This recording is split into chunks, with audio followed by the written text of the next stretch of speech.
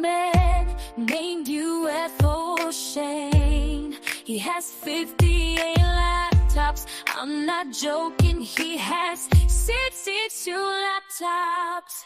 He knows more than you about everything. He's got more to do. He's UFO Shane. He's got a plan. His IQ alcohol percentage insane.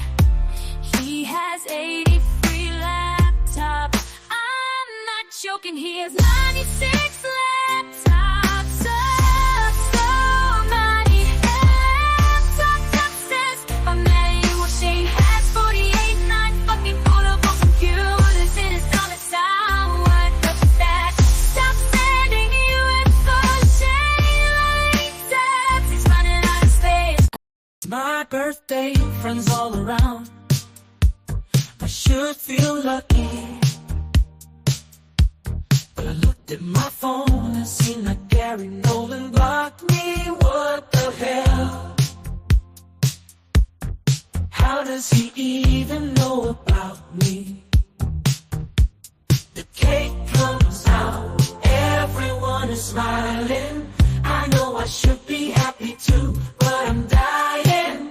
I'm fucking dying. 'Cause Gary Nolan blocks me. The world is crumbling all around me. I wanted Gary to tell me why he shared Chris Bartell's brain scans on TV. It's my birthday, friends all around. I should feel lucky, but I looked at my phone and seen that Gary Nolan blocked me. What the hell? How does he even know about me? The cake comes out, everyone is smiling. I know I should be happy too, but I'm dying. I'm fucking dying. Because Gary Nolan blocks me. The world is crumbling all around me. I wanted Gary to tell me what aliens are planning. And I can't blow out my candles because of all of these scans. And I can't blow out my candles because of all of these scandals. It's a shame. I brought all my homies to the stage, and now If I could turn you away, Mike, I would find a way. I would take back all the things that I said to hurt you. And you'd say, if I could tell you right back, if I could tell you right back, if I could tell you right back, if I could tell you right back,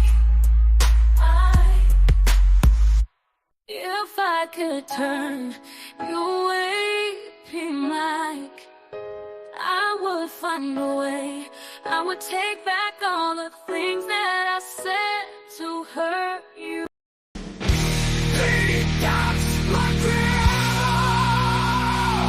they call CPS on the mother. Conspired against me. The devil will come for you, and I will be there. This is the UFO war.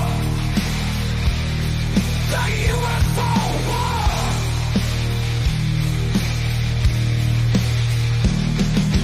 A big piece of super fucking fat. The guy looks like a sick fat bitch, and Darren is the loser. Yeah, Brian, you're so cute, big head, square shaped, too blue, and you fucked up so bad, and you knew it, but couldn't admit that you did. And now you're in deep fucking shit. You won't go too far in this. UFO war, UFO war, UFO war.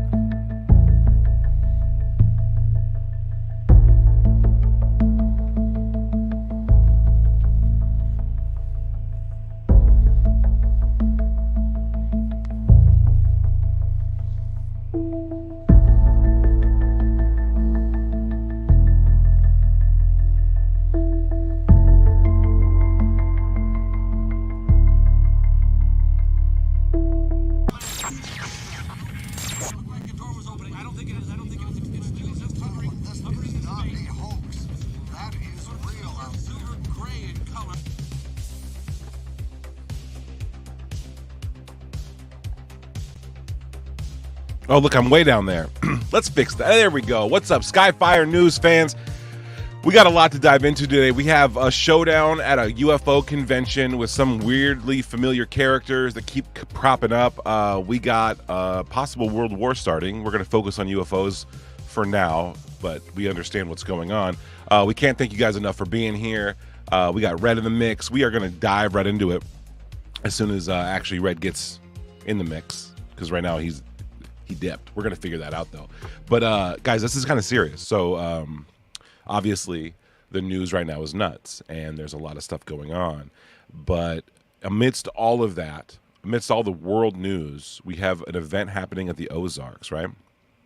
And this is an interesting thing. So, Ozark Mountain UFO Conference is what this is, established in the 80s, 1988. That's pretty cool, all right? But there was a confrontation at this thing, okay? There was a real-life confrontation. I don't want to dive too far into it without Red here, because he's got the deets, and it's just better with a little back and forth. This was a strange brew. So I'll give you the outline of what happened. Familiar characters Lou Elizondo and Sean Cahill were supposed to appear at the Ozark Mountain UFO Conference this year. It took place this week, right? And they didn't. And in their place, they put Rob Heatherly and Shannon Scott. And we'll go over who those guys are and why that's important, and then what happened while they were there. This happened just today. This is actually breaking news. And it's saucy, it's juicy. We got Greenwald weighing in on this. Everyone's weighing in. Red, we had to go early today because of this. Yeah, we did have to go early today. And to be clear, we're going off Michael Huntington's reports, but he did claim that he was and David Altman in the chat saying a fight might be a little too much. Yeah, he said he was physically threatened, right? So just by Rob Heatherly's son, apparently. So yeah, we're just going to be covering everything that really happened there.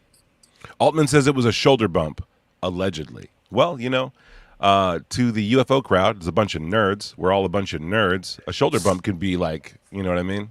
A Tyson fight for some of these guys. They don't really get a lot of confrontation. So still, though, what's with the chest bumping and showboating? What is with it? What started it all, Red?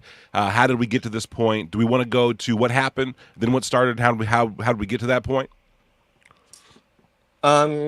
Sure. Yeah. Do we have that PowerPoint? Oh yeah, we're PowerPointed up. So this is the Ozark Conference, all right? This is what it looked like inside. Yeah, it's your typical UFO conference. I think we have a video, right, too, of from a few years back. It's Ozark Mountain Publishing will host its 32nd annual Ozark Mountain UFO Conference this weekend. Ooh. The three-day event in Eureka Springs brings speakers from around the country to give the latest extraterrestrial news. The MC for the event says the conference brings people from all over the world, and it gives them a chance to learn more about UFOs. Who's that? Part of this is about examining the phenomenon, and part of it is about trying to understand. You ever hear of him, Red? Going also. no. The conference will be at the convention center located at the Best. Okay, we don't need all that information. Yeah, so that's the conference. Here we go. Pretty tame, pretty typical run-of-the-mill UFO conference. Yeah, it's not. I don't think they're breaking any records over here. They're keeping it real. But yeah, check this out. So this is our dude Rob Heatherly. This is the guy that was supposed to stand in, one of the stand-ins for Lou Elizondo and Sean Cahill. Now, Red, tell us a little bit about Rob Heatherly. Rob Heatherly's a UFO researcher. He used to be part of the show Disclosure Tonight. Now he does his own thing, I think, with Shannon Scott called Military Witness to UFO. I've had a lot of good conversations with Rob. I don't want to make it seem like he's just an all evil guy, but I do think sometimes people get pushed into weird kind of situations, right? I would like to think nobody went to this conference expecting Rob Heatherly's son and Michael Huntington to get into some kind of scuffle, right? But as you said, Lou Elizondo and Sean Cahill were both scheduled to be there, and Rob Heatherly is very close with both of them. We probably play some stuff later of when Lou Elizondo was on Disclosure Tonight all the time. They had a really close relationship, and this isn't even necessarily a bad thing, but you do see Elizondo tends to surround himself with a lot of veterans, right? You know what I mean? I think they probably have some kind of bond, right? And I'm glad they both served our country. But it just kind of goes to show you, he's not just anybody in the UFO field, I would say he's his own researcher. He's recently too, and this is what they covered. He's been all on this Wikipedia stuff, right? With whether or not Mick West is Lucky Louie and Susan Gerbic and all this stuff. Yeah. But he's a researcher in his own right. But it should be noted, and what's important to note is that he is like Elizondo's really close friend, right? He says he talks to him every day. They go to Blink-182 concerts together, I believe. All the small things. David Allman says Rob is a good guy. Yeah, and like I said, I've had plenty of great interactions with Rob. Shouts out to the veterans. But for the context of this, he was asked by Lou and Sean Cahill to be their stand-ins, kind of. You know what I mean? Like, they were supposed to headline this event, and instead you get Rob Heatherly and Shannon Scott, which is fine, but it goes to show that relationship, right? What were they supposed to talk about there? Like, what, do we know what the original presentation was supposed to be, and how Rob and Shannon picked up the ball? Do they present a whole new set of things? Do they try to present Lou and Sean's presentation? Like, how'd that go down? Do we know anything about that? Yeah, no, I don't know. I know that their presentation they did was heavily focused on the Wikipedia stuff, right? Which is, people have been talking a lot. It's kind of been evoking. It's been like a steady thing since the beginning of the year, right? And we're already in April. They've been talking about this Wikipedia thing and that it's corrupt. And they're just talking about people editing the Wikipedia posts, and they're saying that there's some coalition and conspiracy to hide UFO truths from Wikipedia audience. Is that right? Is that essentially it? Yeah, and honestly, there's some truth to that. There is a core group of skeptics that do go around and edit Wikipedia pages on all things is it paranormal. I mean, I'm not familiar with Wikipedia. I was told in college not to use it as a source, and I don't. So, I'm wondering what's the value of that Wikipedia editing, and is the editing on the UFO side similar to or different than the corruption that happens on probably every other community or every other topic on Wikipedia? Yeah, I mean, there's definitely a skeptic slant on a lot of Wikipedia stuff, which I think is fair to call out. And to Rob's credit, he has been kind of putting a spotlight on this. Although I do disagree with a lot of the anger and resentment people have towards it. I understand, though, right? It's like, if it doesn't matter, then why do you care that people are arguing for it to be more balanced? But this kind of goes into what we're probably going to talk about tonight, is like some of this this anger and rage we see developing within this community. I don't think it helps any causes. I don't think it does either. So that's Rob Heatherly, and there he is presenting at the Ozark or OARC present thing, and here he is on a podcast. And so does he do a podcast with Shannon Scott? I believe so, yes. Okay. All right. So here's Shannon Scott, and yeah, their presentation again, Wikipedia gatekeepers, very interesting, very interesting. And here's Michael Huntington. Right. And so here's how we found out. Here's how I found out personally that number one, Elizondo and Cahill were supposed to be at the conference, and number two, that they weren't. And then here's how this went down. Sean Cahill with surprise guest Lou Elizondo both canceled at Ozark due to illness. Instead, we have these fellows, Scott and Heatherly, gibbering about wiki conspiracies and attacking Mick West in a public forum. Okay, that's his critique. He's there. He didn't like what he was seeing. Doesn't sound like. But maybe what he was seeing wasn't that compelling. And that's what I should speak to. There's a contingent within the UFO community who thinks that this whole Wikipedia thing is just like kind of dumb and like not worth anyone's time. And I would say Michael probably falls into that, especially when they're going on and accusing Mick West of being this account Lucky Louie, who Mick West has denied multiple times. Yeah. And also, it should be stated, Michael Huntington's a UFO researcher. He's been in this for a minute. He's definitely a pre-2017 established person within this field. You know, you'll see how him might people know about him? Has he been like a talking head in a documentary? Has he been on the news? I think he's been on some documentaries, but definitely on a lot of podcasts and stuff like that. And yeah, and it sucks. This event was in Arkansas. We should have had Shane there.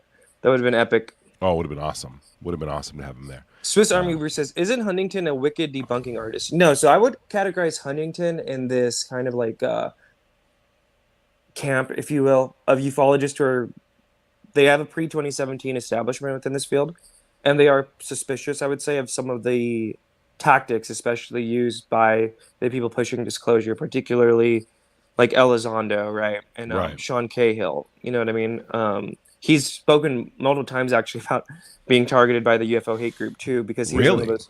Yes, yes. Okay. Okay. So Michael Huntington, a potential target, past target of the UFO hate group. What is Heatherly and Scott's association with said group?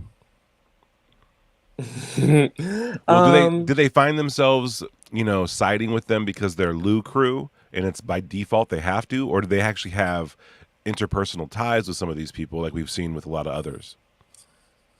I would say definitely both for what you said. I think there is this kind of greater Lou crew. This people feel the need to defend Lou. You know what I mean?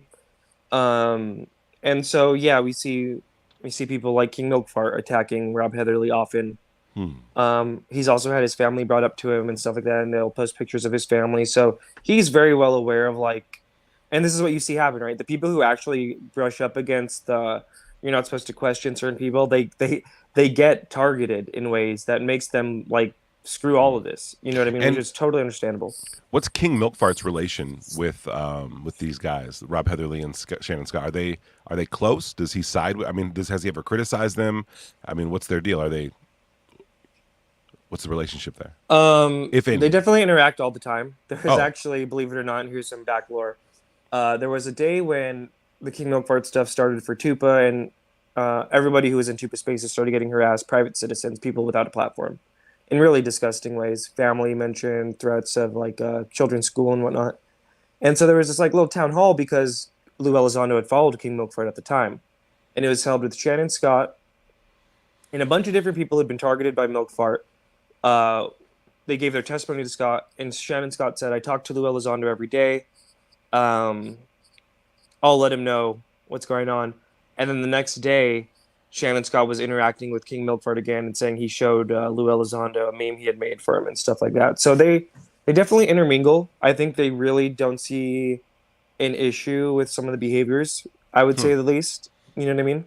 We'll see them. Yeah, they'll be vocal with us talking about the behaviors, but I never really see them vocal with the behaviors we're talking about, which is this rampant harassment that we see in this community. Dude, I think I was in that space where Shannon was like, I talk to Lou every day, and we're like, oh, does he know about this? And he goes, I'll talk to him next time I see him, or next time I talk to him, I'll bring it up. And then literally, you're saying the next day, they were him and KMF, King Milkfart, the worst doxer online, like they were actually hanging out, fraternizing, just saying, hey, cool meme. So they didn't even, it doesn't sound like he covered that at all. Okay. So that's that. That's an interesting side to have. So Heatherly, Shannon Scott, hate group adjacent, just because of their affiliation with Lou and sometimes with each other. We got a next slide going over here. This is Sean Cahill. For those who don't know, Sean Cahill is a bit of a Rasputin type. We got a soothsaying, kind of mystic, woo, guru type. Listen to him talk. You know what I mean? Listen to Cahill talk. Cahill and Elizondo are very close. That's his number 2 guy, right? So if Elizondo's the hero leading the charge, Cahill's back there as his general or something. I mean, they're always talking. They're in podcasts together often, and they are siding with each other often. This is a great point to note about the previous post that Michael Huntington had made. And honestly, there was a little bit of a jab, right? Gibbering about wiki conspiracies. Nothing really crazy. But this did get a lot of the people who, like, love Lou, right? Pretty upset. You know what I mean? And here's an example of it. What got him upset? This? Well, Michael Huntington is already like a persona non grata to these kinds of people who view. Oh yeah. So when he was like taking a dig at But let's really look at the dig. All right, let's really look at the dig. I mean, here's the worst of the worst. Scott and Heatherly gibbering about wiki conspiracies and attacking Mick West in a public forum. That's not even disparaging. That's just saying they're talking about wiki conspiracies and attacking. And I've heard these guys talk. I have no reason to doubt that's exactly what they were doing. None at all. Did Michael Huntington go the extra mile and say they sounded stupid? No, he didn't. Did he go the extra mile and try to bury him? No, he didn't. So this is the response. This is Sean Cahill's response. Soothsaying, nice guy. Listen, we have videos showing how nice of a guy he is. But this is what he said 5 hours ago, or actually now, this was probably 6-7 hours ago. I don't know this guy other than the toxic way he communicates. I'll have to see evidence of that. Before, I thought he was uncouth. I still think so, but I thought so before too. Just to let you guys know that he does not like this guy. Keep mining for gold with you ass, man. I think maybe he said with your ass, man. We'll help him out here. Cahill. Keep mining for gold with your ass, man. Bet it's more efficient than your mouth is, and your hands are already firmly esconded in it. Do you see? Do you see? Can you see it? Do you feel it? In that weird, like, he just attacked this guy because he said that his homies were up there gibbering about wiki conspiracies, which by the slide up there, that's exactly what they were doing. Go look at their guys' history. I don't think that he was being too harsh if he didn't like them.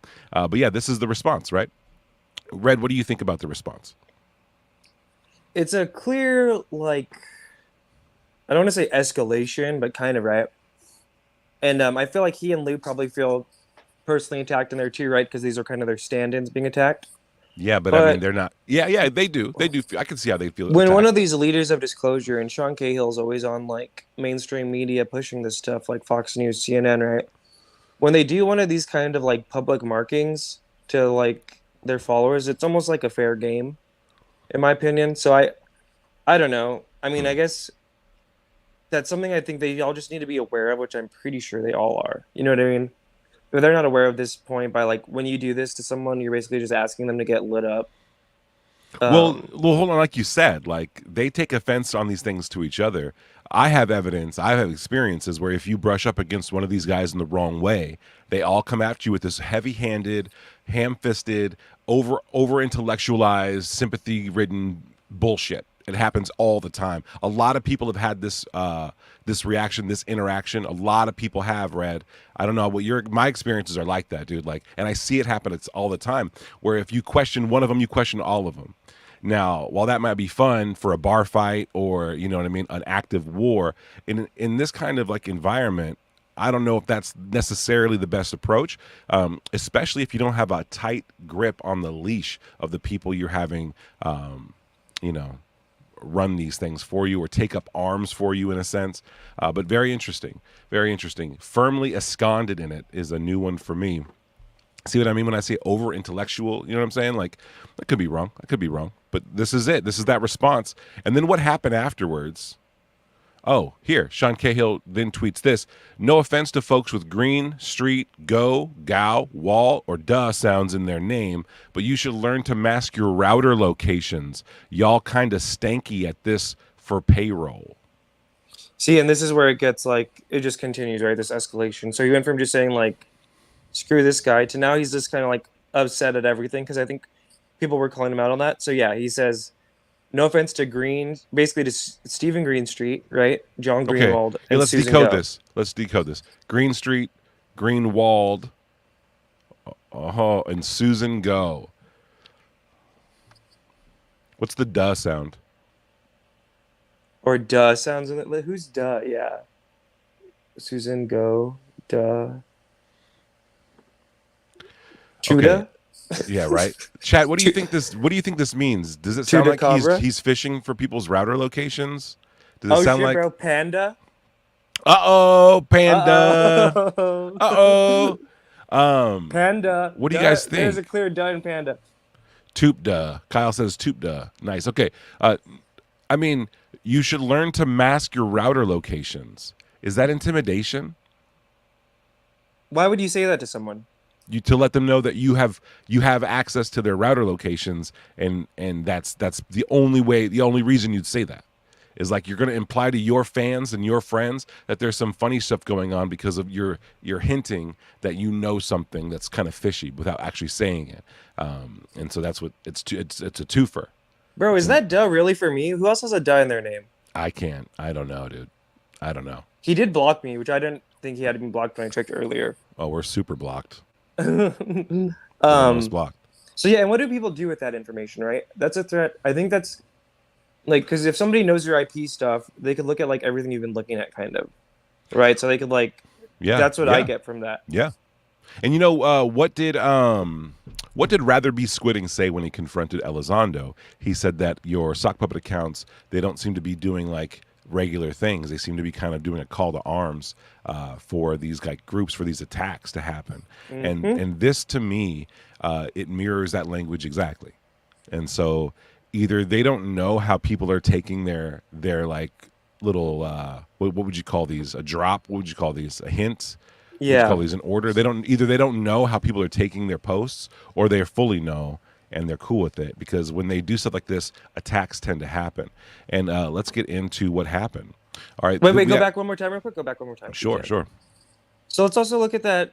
So you should mask your router locations, right? And then he says, y'all kind of stanky at this for payroll. So to me, that almost kind of implies that he's already looked at their router locations, right? Oh, yeah. Like he's already looked at it, not even like I'm going to look at it.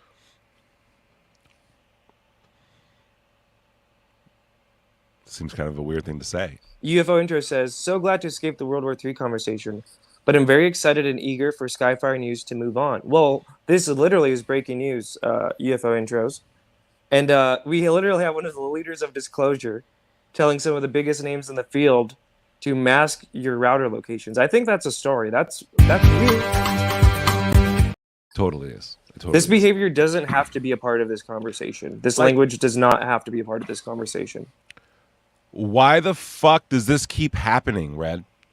Okay, UFO interest, pop in. I'll send you an invite. I want to hear your side of this, because for me, this is like the kind of behavior that people are calling attention to. This threats and intimidation and over researching your enemy and like looking at them like they're like literally a terrorist or some kind of insurgency that you need to like counteract or whatever. Like, it is the approach that these leaders seem to be taking. It doesn't seem to de-escalate anything. They're like doubling and tripling down and saying, let's have a confrontation. That's how I read it. And like they keep happening too. That's another thing. And I don't think it's going to slow down. In fact, if I had to make a prediction, if these guys don't change their tune soon, I would say that there is going to be a lot more confrontations that happen. There's no other, the math doesn't work any other way. And who has been trying to warn the community about people going after their IP addresses and router locations, right? Targets. Yeah, we've been saying this. People have been calling us crazy for it. They're like, no one's doing this in the community, and then we have Sean Cahill saying like, yeah, we do. We basically do this. They denied it for years. We tried to bring attention to this to you guys for a long time, that they were doing this kind of stuff, and everyone's like, no, it's not happening. The cope, and then you get it from one of these leaders. Mask your router locations. Cahill, if you're watching this, let us know what you meant by that. There's only one way to take it. You know, it quacks, looks, flies, squats, floats like a duck, dude. What's going on? But again, harmless posting unless something happened. All right. Here's Greenwald weighing in. These types of games from former military and counterintelligence agents are interesting to see play out here on X. It's been going on for some time. Like I said, it's also pretty telling they're sniffing around people's router locations. I wonder what you are trying to plan. Seems odd. Here we have John Greenwald, world-renowned nice guy, contributor to the topic for a long time. And then he's having the same reaction I have, that this seems really odd. These are intelligence operatives. These are agents. These are people who know how to run these kinds of things, and they're sniffing around people's router locations. I hate that shit. I hate that for the community. I hate that for myself because I found myself targeted by these people. I hate that for you, Red, that this kind of behavior should be like accepted, promoted. I don't know. Like, it's not even something that should be given a pass. This should be highlighted like right away by everybody. Like, but no, bro, Tupa, if you call it out, you're hurting disclosure. We have to accept all this weird, creepy behavior because for the good of disclosure, Tupa, don't you see? So I've heard that before. I know you're being sarcastic, but we've heard this many times, right? That by questioning the heroes, we are slowing down the progress for everybody. We're going to spoil it for the whole class, is what we're being told, right? If we highlight negative behavior perpetrated by people who are supposed to be useful idiots to this group, then we are the ones hurting disclosure. We're slowing it down. We're ruining it for the team, for the class. It's pretty corny. It's pretty corny. Some are falling for it. Some have fallen for it. Some are falling for it so bad they're actually taking up arms in some digitally, right, to fight these battles with these guys. It's a very bizarre thing. Is this how they found Stephen Greer's account on that one website? You know what I mean? Oh, man. Well, we have been hearing stories from insiders that there are dossiers, folders, documents all being collected and organized by groups of people who are weaponizing it against anyone who steps out of line for what they call the disclosure process, right? We found ourselves in the crosshairs of that as well. So it really does exist. It's really there. And it's, they're taking up shoulders. Yes. Shoulders today, David. Words yesterday, shoulders today. But as we get closer and closer, right, as these guys amp up their base and say we're close, we need this, it's closer than it's ever been, and these guys think that disclosure is going to absolve them or give them the fulfillment in life that they really need, and we are, any one of us, any one of the community are targeted by these guys and told to the community that we're the ones stopping it. You think that it'll stop at shoulders? No. It should have stopped at words. It should have stopped at tweets. How we get to shoulders? Convention full of nerds. How we get to shoulders? So it does escalate pretty quickly. Greenwald, I appreciate him for weighing in. Wow, Jeremy McGowan weighed in. Friend of the show. Osiris UAP. Jeremy McGowan and Elizondo have a bad history. Okay, so if you want to know about that more, we can go into it. Chat, let us know. Look, he says, Spectrum Boy, I disavow, and right-hand man of Elizondo is making veiled threats. Of course, he's talking about the payroll and the router information. Engaged in doxing, Sean? You've been to my house. You've sat on my couch. You've drank my coffee. You want to start this bullshit? You may want to think twice. McGowan is ready for violence at any given time. I feel like, that's his automatic mode. I don't know if I'd say ready for violence, but let's just break it down really quick for who these people are. McGowan is a veteran. He posted about his UFO sighting on Reddit, and he was asked to be on the Unidentified series that To the Stars Academy made on the History Channel. It was like 2019, 2020. Okay. He gets close with the Elizondo Cahill camp. There's plenty of pictures of them broing out, doing a bunch of fun stuff, right? They were working on projects together. And basically, McGowan is another one of these guys, like Lee Reviews and others, who they seem to get close to Elizondo, and then they just kind of get all these weird vibes. He said that Elizondo was kind of lying to him on multiple occasions. Really? Was kind of lying to people at HBO about his car. And he said he just, over time, started to feel uncomfortable. He also said he noticed that Elizondo was surrounding himself with, like, emotionally damaged people. And he felt like he was being, like, asked to do things he didn't want to do. And so eventually,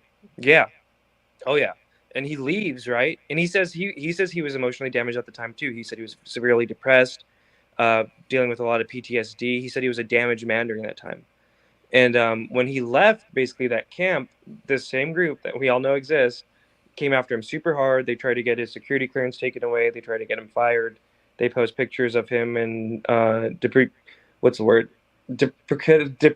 views or whatever. They post pictures of his family online, all for kind of speaking out against and about what he saw at Camp Elizondo. So he's kind of, is bitter the right? It's like bitter, jaded, I think is a good word. And I don't think jaded is even a bad word. Like, I think people have the right to be jaded when they look up to someone like Elizondo or Cahill. They think they're doing something good, and then they learn that maybe these guys aren't what you thought they were. You know what I mean? And maybe they behave in ways that you wouldn't want from a leader. You know what I mean? I don't know if jaded is the right word, but I know exactly what you're talking about. I mean, he was turned off by these guys. You know, the stuff that I heard him say, the stories that I heard him say, the things that I heard Cahill and Elizondo tell him, it seemed like they were trying to, like, op him. Like, they were, like, they were telling him that he was psychic, he had psychic powers, and that, like, I mean, they told, like, guys, this doesn't just, the buck doesn't stop at I have a photograph of an alien or whatever. Like, they could be getting into people's heads. The story McGowan said sounded like they were trying to get in his head, convince him of something that wasn't true, and turn it into something like magical thinking, which no one has more magical thinking than I do, but I can smell bullshit. My nostrils are big. I can smell it. So like Yeah. this is weird. And it seemed like McGowan smelled it too. So McGowan, he weighs in on this with exactly the kind of response we'd think, right?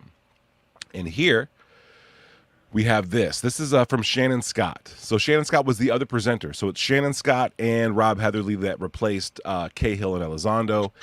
Scott is over here. He's got his, I apologize. When someone posts fibs on social media about Rob, I get a little defensive.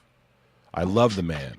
I do encourage a difference in opinion, but to just lie about what Rob said during his lecture for whatever the motives are is not cool. Well, what did Shannon say that he has to apologize for? I honestly don't even know. I was trying to find out. I was like, maybe he deleted something. Maybe he did. Maybe he wasn't proud of what he said and he deleted it. But then here's Sean Cahill backing up his homeboy. Don't apologize, Shannon.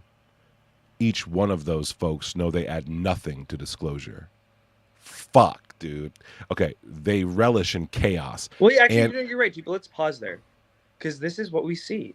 This, I don't know. I almost want to say weaponization of disclosure as like the concept of disclosure, right? There are prophets of disclosure. There are people who add to disclosure, and there are people who do not. Yeah, there's prophets of disclosure. There's disciples of disclosure, right? Like, and so like that's where you're falling in line. Like who are you? Who adds or doesn't add to disclosure? Who the fuck are you, dude? Right? Like you had a ponytail fucking 3 months ago. Who cares what you think about like the value of disclosure? You're making these decisions and these blanket statements about people. You don't get to decide that. And if you have the information that can determine what that is, you're using Shannon Scott and Rob Heatherly. Let's see how that panned out for you. How did it pan out, Red? Here's Michael. Well, we'll go back. We're not done with this yet. We're not done with that because we're dissecting this a little more. Yeah, so they had nothing to disclosure. This idea that like these people are the arbiters of what is and isn't disclosure. And I just want to say too, it's kind of a bummer, right? Because we knew Sean Cahill was hot-tempered, and it kind of seemed like he was turning a new leaf, and like he was getting into like his Zen mode, right? And he's like meditating, and like had a ponytail now. And I don't know. What do you think? Do you think that was all an act? Do you think? Fuck him, dude. Fuck this shit. Let's get. They relish in chaos and making others feel the hurt they feel. Now he's a psycho, and now he's got a psychoanalyst. This is another thing we always see. Always. Okay. You didn't do it to them. Their lives and lack of courage perpetuate it. We seek disclosure. They only seek their voice echoed. Yeah, so I want to just add to that. Suck it, dude. That sucks. We always see this too. They throw it at us. They throw it at John Greenwald. They throw it at everyone. Like, we hate our lives so much. That's why we call out this weird behavior. Yes, that's the only reason we would and because we don't want disclosure. Yes. Because then we won't make any money. Hey, I thought your presentation on Wikipedia conspiracy theories was a little lacking of interest, and I was bored to death. All of a sudden, I add nothing to disclosure because your presentation sucked. Like, Cahill, did you even see it? Did you watch a video of it? What if it actually was boring? What if it was just kind of like lackluster? You can't criticize it, or you get called all the fucking names in the book, dude. You're mentally unstable. You have emotional problems. You're just You're projecting your own self-hatred onto disclosure. It's too much. And like, if you've been around the community and you're around this particular crowd, you know what that kind of language does for them. It just amps them up. And like, it's not de-escalating fucking shit, dude. It's just, yeah, we're going to double down. We support it. Anyone who, whatever. And I'll show you evidence of that shit. I went through it. They weaponized Shannon Scott's health just to try to make it so I didn't criticize what they were doing. And I thought what they were doing was pretty fucked up. So I'm going to move to the next slide now. We're now going to get to what happened. What happened after Huntington made the critique yesterday? What happened after Cahill made the comments today with the routers, with their pieces of shit, and then this. They relish in chaos. This is a whole 24 hours. We've been kind of seeing this slow build up, right? This is what we've been covering. So this is a whole day after the presentation. This is what Michael Huntington is claiming happens. Here he goes. I was just physically threatened, called names, screamed at, and intimidated at Ozark UFO. For what? for criticizing the Weatherly and Scott Wiki presentation last night. Amazing and sad. He goes on to say, I was threatened with being laid out, so knocked out, screamed at, chest bumped, and called a variety of screamed at names in the middle of this conference by Heatherly's son. Rob thought it was hilarious. He's still stalking me around this event. So now Huntington's being followed by Rob and approached by his son. It is sad. This is that this is being allowed. Okay. Someone asked, well, who did this? He said, Rob Heatherly's son threatened and chest bumped me to try to intimidate me. I went to Mr. Heatherly to see what the issue was. He didn't like my description of his talk on X. I think his son thinks I questioned his health issues, which I never did. When the name started, I left. Smart move, Michael. Smart move. And great point, too, but this literally happened to you and to Greenwald, right? Yes. They questioned my health. Yes. They lie. They're fucking liars. I didn't see anything of Michael Huntington saying anything about their health, right? I know that we got to keep it, politically chill or whatever, and I know that like we want to be able to talk to these guys and get their side of the book, but like I cannot stand by and not call them liars. They're liars. They lie and they weaponize lies in the public face. Like, I can't imagine the kind of names he was called. I can't imagine how that conversation went down. But look, dude, Heatherly's son confronted him because he thought this, and this, which never happened. Think about this. How often is this going on? How often is this happening? There's been other confrontations at other conferences from the same similar Lou crew. It's one thing if Michael Huntington has some bad blood with Rob's son and they show up and there's going to be a little showdown. But this is based on what Michael Huntington reported. This is based on what he reported to X. Hey, this just happened. I'm a little bored. Boo. And then he gets confronted. These guys feel like, okay, well, here's another thing I got to bring up. Heatherly and Scott were there representing Cahill and Elizondo. Is that right? Yeah, I think you could say that. I think that's fair. They took over their slot. I would imagine they spoke for them there. And I think Sean Cahill's behavior regarding it all kind of shows that he felt at least. And it's not because Michael Huntington was booing them at the conference or throwing tomatoes at them or even criticizing Heatherly's health or questioning his health claims or health issues. None of that happened there. He just tweeted that this sucks. Cahill highlighted it, called him out for it, and then now Huntington's got a target on his back from Heatherly and his son. It just seems like that's the exact chain of events that happened. And guys, if you think it's just going to be like whatever, watch it evolve into something beyond whatever. Michael Huntington, a ufologist since before 2017, is now walking around a UFO conference feeling like he's being followed, told he's going to get laid out, insulted and yelled at. Do you think if Cahill would have dropped those posts, that would have happened at all? If Cahill wouldn't have posted those things, do you think the confrontation... No. Well, that's hard to say, but I don't think it helped when you call somebody an enemy of disclosure. Could you go back to what he said again? I think it's just one previous. Yeah. Relishing in chaos? They had nothing to disclosure. They relish in chaos and making others feel the hurt they feel. Is this not all projection, bro?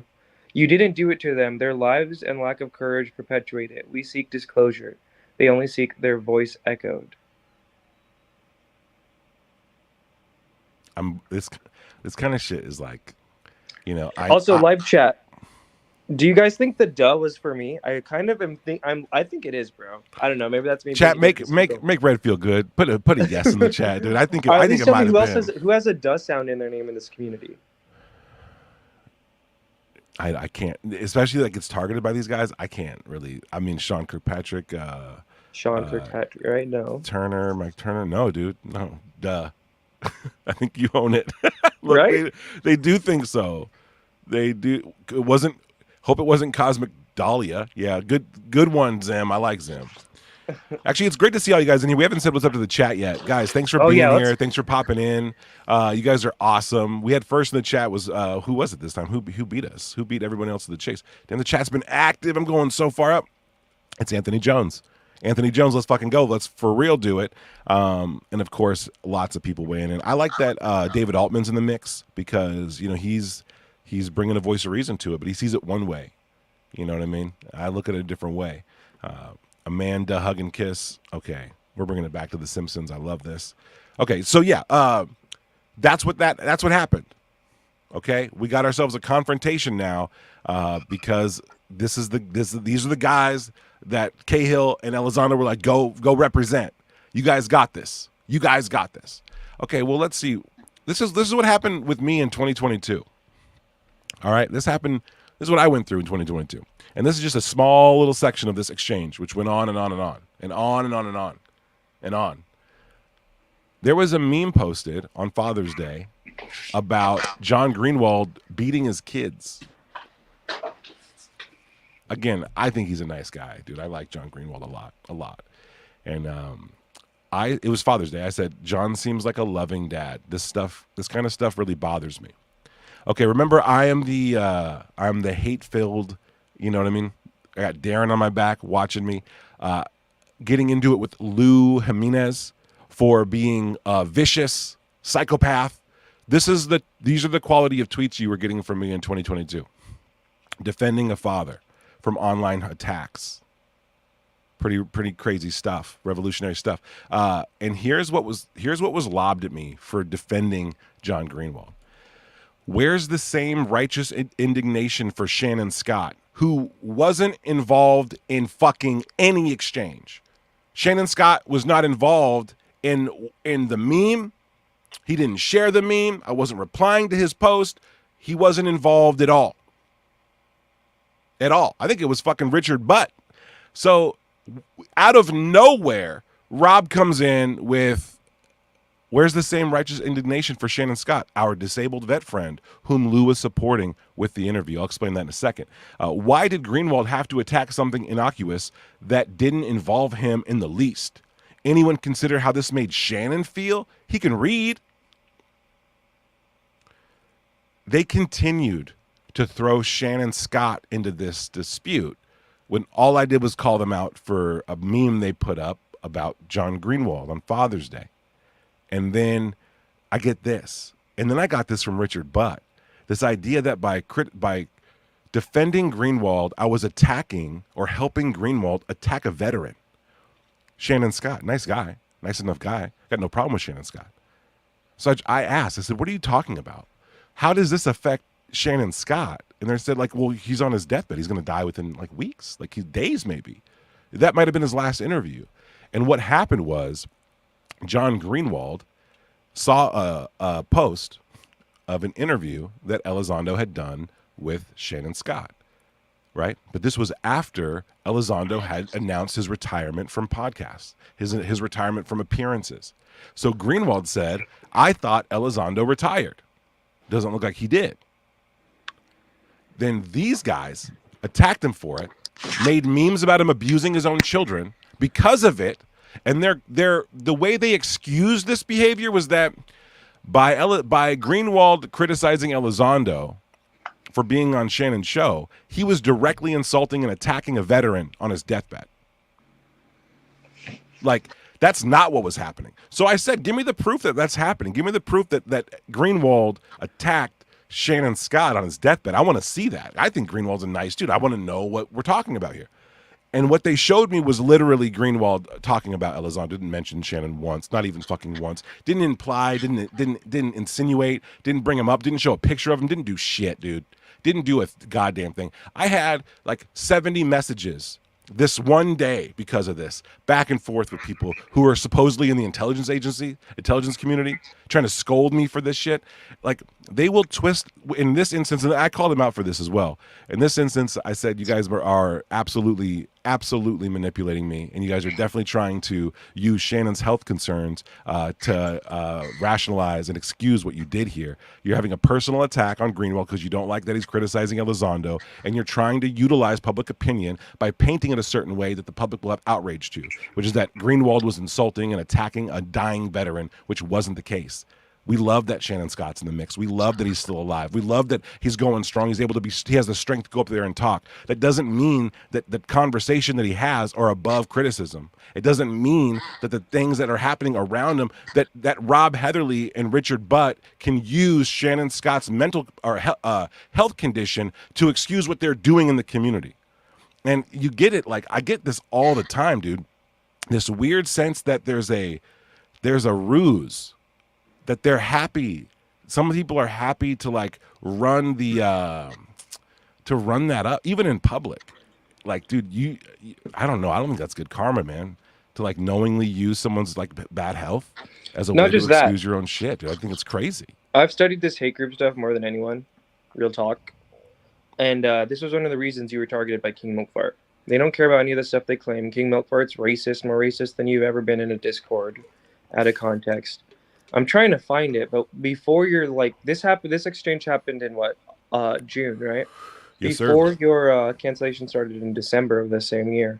Well, King Milkfart says, "Happy Father's Day, John Greenwald," and tags you like the day before all your stuff starts. So a direct callback to this exchange. That's right. So whether you think Milkfart is being fed info by Elizondo or not, you don't want to agree with me there. They, at the very least, and even you, Mike, said this, people view it, they take it upon themselves, at the very least, that they feel the need to defend Elizondo, correct? Yes. And I think we have a clip of, do we have that clip ready to go? Oh, is it of Elizondo himself? Yeah, on Disclosure Tonight. Yeah, check this out. No, I hope it doesn't for their sake, because, Fessler, Heatherly, and Gary launch attacks in response to the Who's Lou documentary and faces bureaucrat questions. So what that means is Fessler is a host. He's over here on the right-hand side. Thomas Fessler hosts Disclosure Tonight. Frequent host of the guest, Lou Elizondo, Sean Cahill. So Heatherly, he's in the show. I don't know if he's officially like a co-host, but he's there. He's on the show every day. They launch attacks. Gary is the producer of the show, by the way. Was the producer of Disclosure Tonight. They launch attacks in response to the Who's Lou documentary.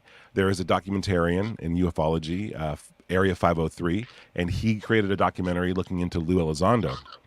I was told this documentary was full of personal attacks, doxing of his family, unwarranted attacks on his wife. I later found out none of that was true. The documentary is pretty much straightforward documentary. It just looks into who Lou is and questions why he's doing what he's doing, which is questions we all should have been asking for a long time.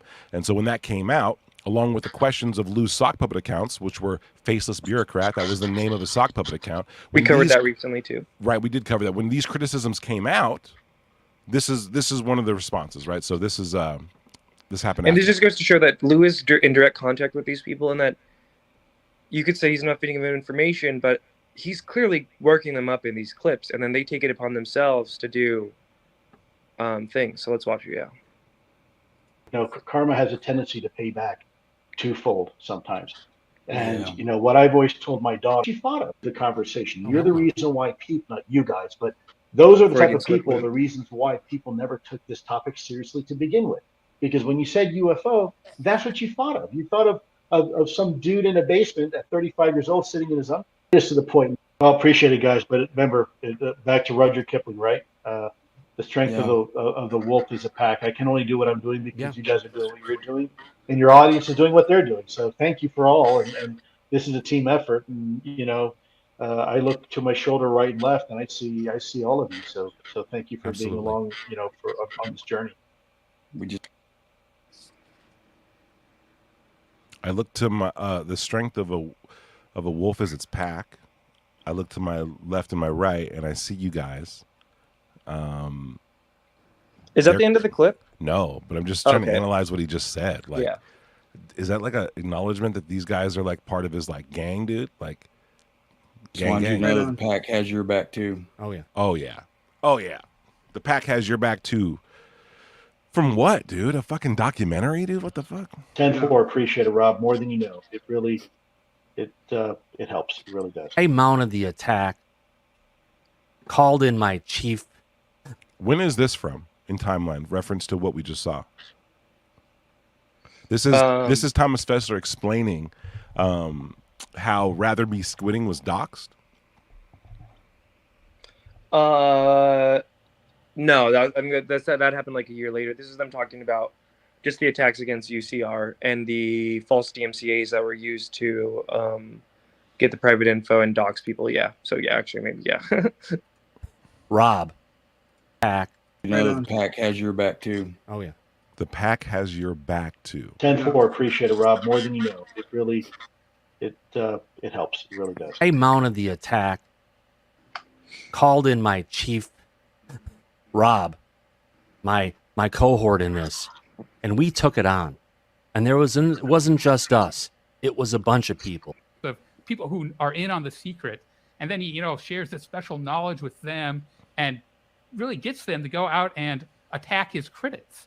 No, my friend. No, my friend. That's where the BS stands for bullshit, not be squitting. When the we should totally pause this all the time attacking, because I forgot these fools are totally going to try and copyright. I want to put a banner over it. This is a transformative work. We are discussing and dissecting this. This is not just some. They're totally going to try and copyright strike this for sure. Chat, what do you think? Are they going to try to copyright strike us for this fair use that we're doing? We are reacting to this. It was published on It's YouTube. edited. It's a bunch of different edited. It's definitely edited. We're pausing it. We're talking about it. Are they going to do it? One in the chat if you think they're going to copyright strike this. Also, isn't it funny that they don't want us talking about this? Isn't it suspicious that they don't want us showing people who they are and what they're doing? That sounds crazy to me. So this is essentially them explaining how they mounted up. Yeah, they got their crew together for sure, because there's some wild statements in this thing, dude. Blue. First and foremost, they just need to stop. But whatever pressure it's going to take to get them to do it, that's their call, not anyone else's. He's talking about skeptics, people attacking Lou. What's he talking about right there? It's their call. He's talking about Greenwald, Green Street, critics of reviews. Yeah, and he's saying that what's going to happen to them for doing it is based on them, on their decision to look into it, on their decision to criticize. That whatever. Okay, let's hear that again.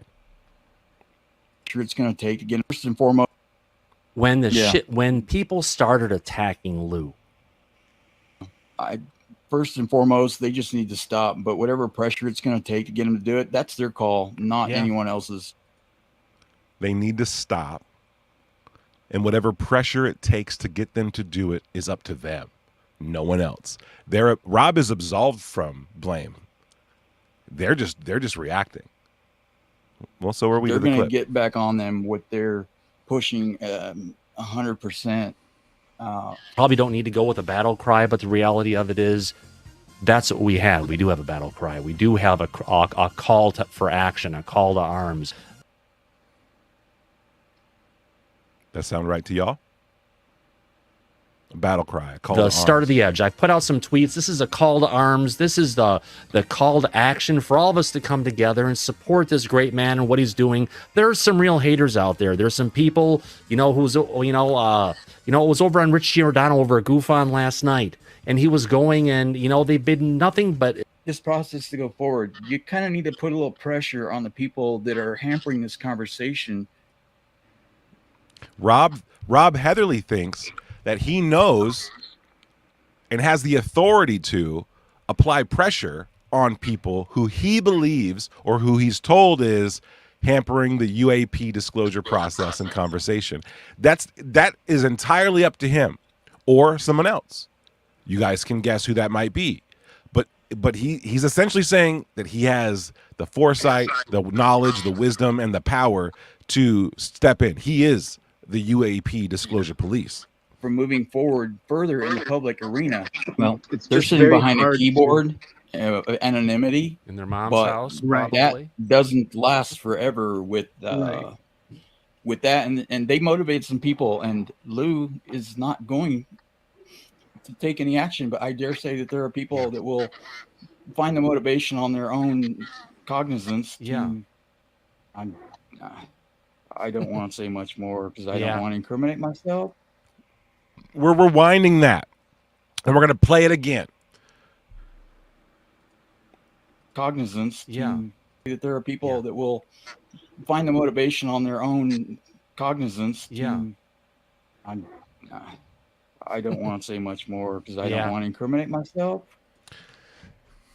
Did you hear it? What the? Did you hear it? Did you hear it a little bit? The whole people are going to take action on their own reconnaissance. Like, Is not going to take any action, but I dare say that there are people that will find the motivation on their own cognizance. I don't want to say much more because I don't want to incriminate myself. From what? Incriminate yourself with what?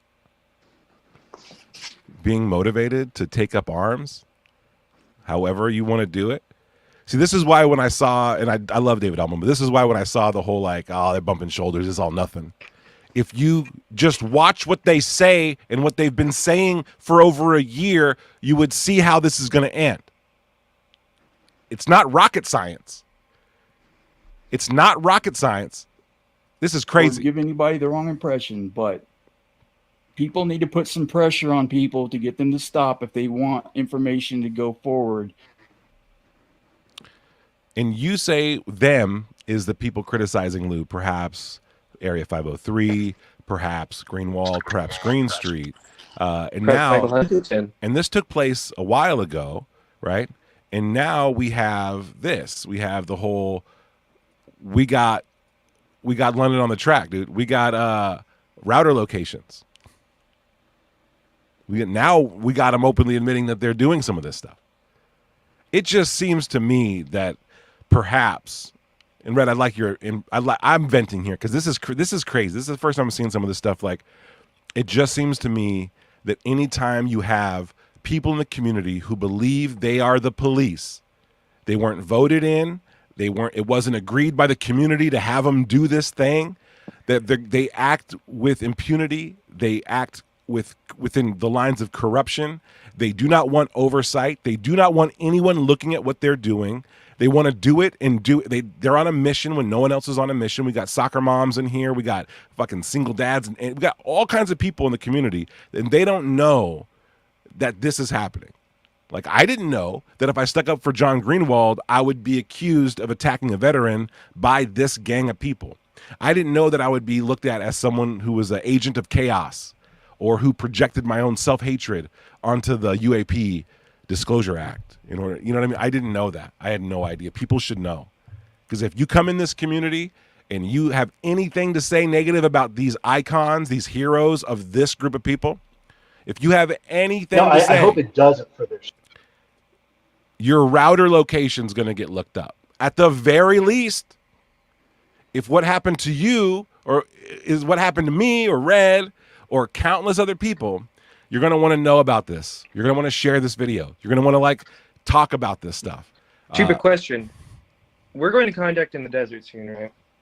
And I've already expressed my, I'm a little sussed out, not going to lie, because we have been vocal about a lot of stuff people don't want us to be vocal about, right? Sure. Some of these darker, uglier sides of disclosures that people are literally intimidated into not talking about. How would you feel if while we were at contact in the desert, you got a tweet went out from a Lou or a Cahill calling us enemies of disclosure and stuff like that? Would you feel comfortable? Would you feel a little maybe more on guard? Yeah, I don't think I'm not the average guy showing up to contact in the desert. You know what I mean? So I would imagine that I'm showing up there, and a lot of these people already believe that full-heartedly. You were just possibly named by him with the duh. So we don't even know, I feel right? like the duh was. But dude, I would I would feel that I would have a target on my back, right? That I would be persona non grata if there was posts going out about me from these guys.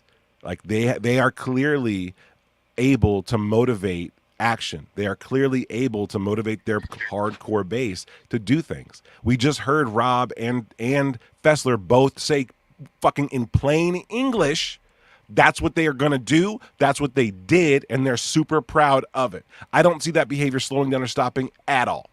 And I don't know what Rob Heatherly's son looks like or who these people have with them. And so you'll never know if the person trying to start a fight with you at the bar at Contact in the Desert is fucking someone's son who you criticized. You know what I mean? Who knows? I mean, look what happened in Project Unity J, right? Oh my God. Project Unity, that was, yeah, look what happened. Look what happened to him. For those who don't know, there was the UFO Twitter was killed off a couple years ago. It actually died. It died of a cringe because of a video. And King Milkfart was harassing Jay of Project Unity for a long time. He attacked his Patreon, he attacked his followers, he attacked his person, he attacked his everything. And then they were at the same event in New York. And when they were there was a confrontation that happened. Now, I don't know who started. I have no idea. But they were essentially doing what David Altman was saying. They were bumping chests and calling each other names. And it didn't go anywhere. They just kind of separated. And then what King Milkfart tried to do, because he's a goddamn liar, what he tried to do was convince the community that he had a video proving that Jay was a violent psychopath. And he said that he would show the video unless Jay apologized to him. So he's blackmailing him in public. So I know King Milkfart because he was a piece of shit, but I didn't know that he is the kind of person who would try to blackmail somebody in public. And I was surprised at the way the community was reacting to this because, number one, I thought Jay was kind of a respected dude, and number two, I thought blackmail was illegal and probably something that we shouldn't encourage us to do to each other in a community. But the community decided different. They said, it's fine, I'll give it a free pass. Ray specifically, Klaus and Ray, they really hated me for criticizing Joe, King Milkfart, for trying to blackmail a community member in public. They really hated me. In fact, Ray told me that the reason why it was fine was because Jay was critical of the Ukraine during the Ukraine invasion. And she called him a Putin apologist and a Putin sympathizer and said that we should be able to do whatever we want to people like that. And to come to find out, there's a lot of people who agree with that sentiment. Well, I talked to Jay. He definitely isn't a Putin apologist. He just simply doesn't like these guys. And if you don't like these guys, guess what? You're a racist. You're a sexist. When did you're King a homophobe. Milkfart start harassing Project Unity J? Hold on. You're a racist. You're a homophobe. You're a bigot. You're anti-Semitic. You're violent. You're sexist. You're everything in the book. It doesn't matter. They will pin crimes on you that you didn't commit. They will announce these crimes to everyone. They will look for your employer. They will find your employer. They will blast their emails or with all of these accusations, untrue, true. Doesn't matter. Doesn't matter. That's what they do if you come out against them. If you say anything like that, it's fucking crazy. It's crazy. But yeah, what were you saying? When did King Milkfart start harassing Project Unity J? Do you know? No. I just know that where it kind of came to a head was was probably December. It was 12th? when that question happened on UCR. Project Unity made a public tweet saying like this stuff is a red flag, and after that is when King Milkfart started harassing. Well, hold on. What happened? So the question, the "Is your mother a whore?" question or whatever, Hooker. Oh. That happened, right? And that's also when Rather Be Squidding started getting harassed by King Milkfart. So in the wake of that question, Stephen Greenstreet and Project Unity J, I think it was the first time he was ever publicly like something sketchy with Lou Elizondo. And following that day is when King Milkfart started harassing him. Really? Mm-hmm. So Jay, another content creator, another contributor, another free-thinking person criticizes what Elizondo said to Be Squidding on that podcast where he called his mom a whore, or his kids, or his partner. And then the day after is when KMF, King Milkfart, the worst doxer in UFO history, King Milkfart targeted Jay after Jay criticized Elizondo. Yes, sir. Isn't that the same story with Brian Johnson? Brian Johnson criticizes the crew, and then all of a sudden he has a parody account with his name on it with 2,000 bot followers. We find out who bought the followers. You'll never fucking guess whose parody account it was. You'll never guess who bought the followers for it to make fun of a person who just criticized Corbell. It was uplifting tweets. This is a pattern that's telling a story, isn't it? It is, though. Isn't it? It really is a pattern. I know this is news. I know that I'm biased. I know I was in the crosshair. I know. But I cannot find this stuff out and not share it. I'm not going to keep tight. Red, how many people have we seen? How many people have come to us and said, listen, like, I don't want to talk about this, but you should know this happened. And it's like, fuck, dude, if everybody had the nuts just to say what happened, the power of this entire process and this operation would fizzle out. There'd be no power. It Totally exists. agree. And so that's why, I mean, when I see it, dude, it's fucking crazy. Sorry to curse so much, but you guys can tell I'm kind of hyped up about this topic. When I see it play out in person the way you would expect it to play out, you know, it's just, these people are playing with fire. I really don't think, and this is something I'm going to say too. Rob, Heatherly, Shannon Scott, isn't there something better to do? You guys are, I mean, health-wise, time-wise, I just don't understand. Like, it almost seems like,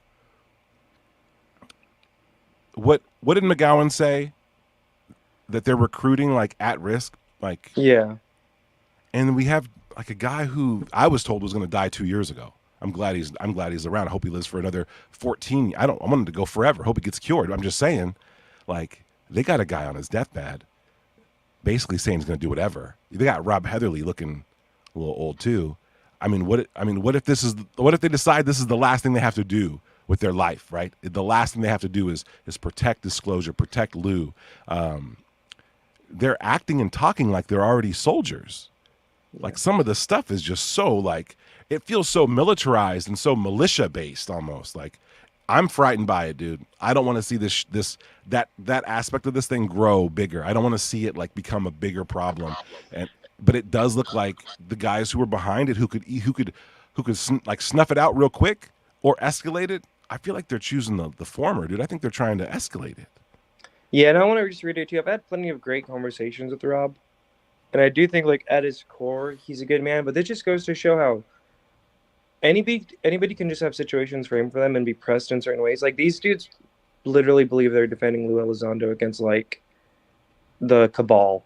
You know what I mean? Well, they also believe that Elizondo has the answers to disclosure, which are going to change all of humanity and technology and everything. So he is a demigod to them. Like, he's the person who's going to deliver the word. Right. And they think the word has magical powers. Like, don't get me wrong, I'm into consciousness and UFOs. I believe in some of the magical powers, but like, I don't have someone in my life telling me that they have those answers, spoon feeding me, drip feeding me that stuff. I don't. And that's why I'm not out here taking up arms for anyone. And I'm not calling people heroes and stuff.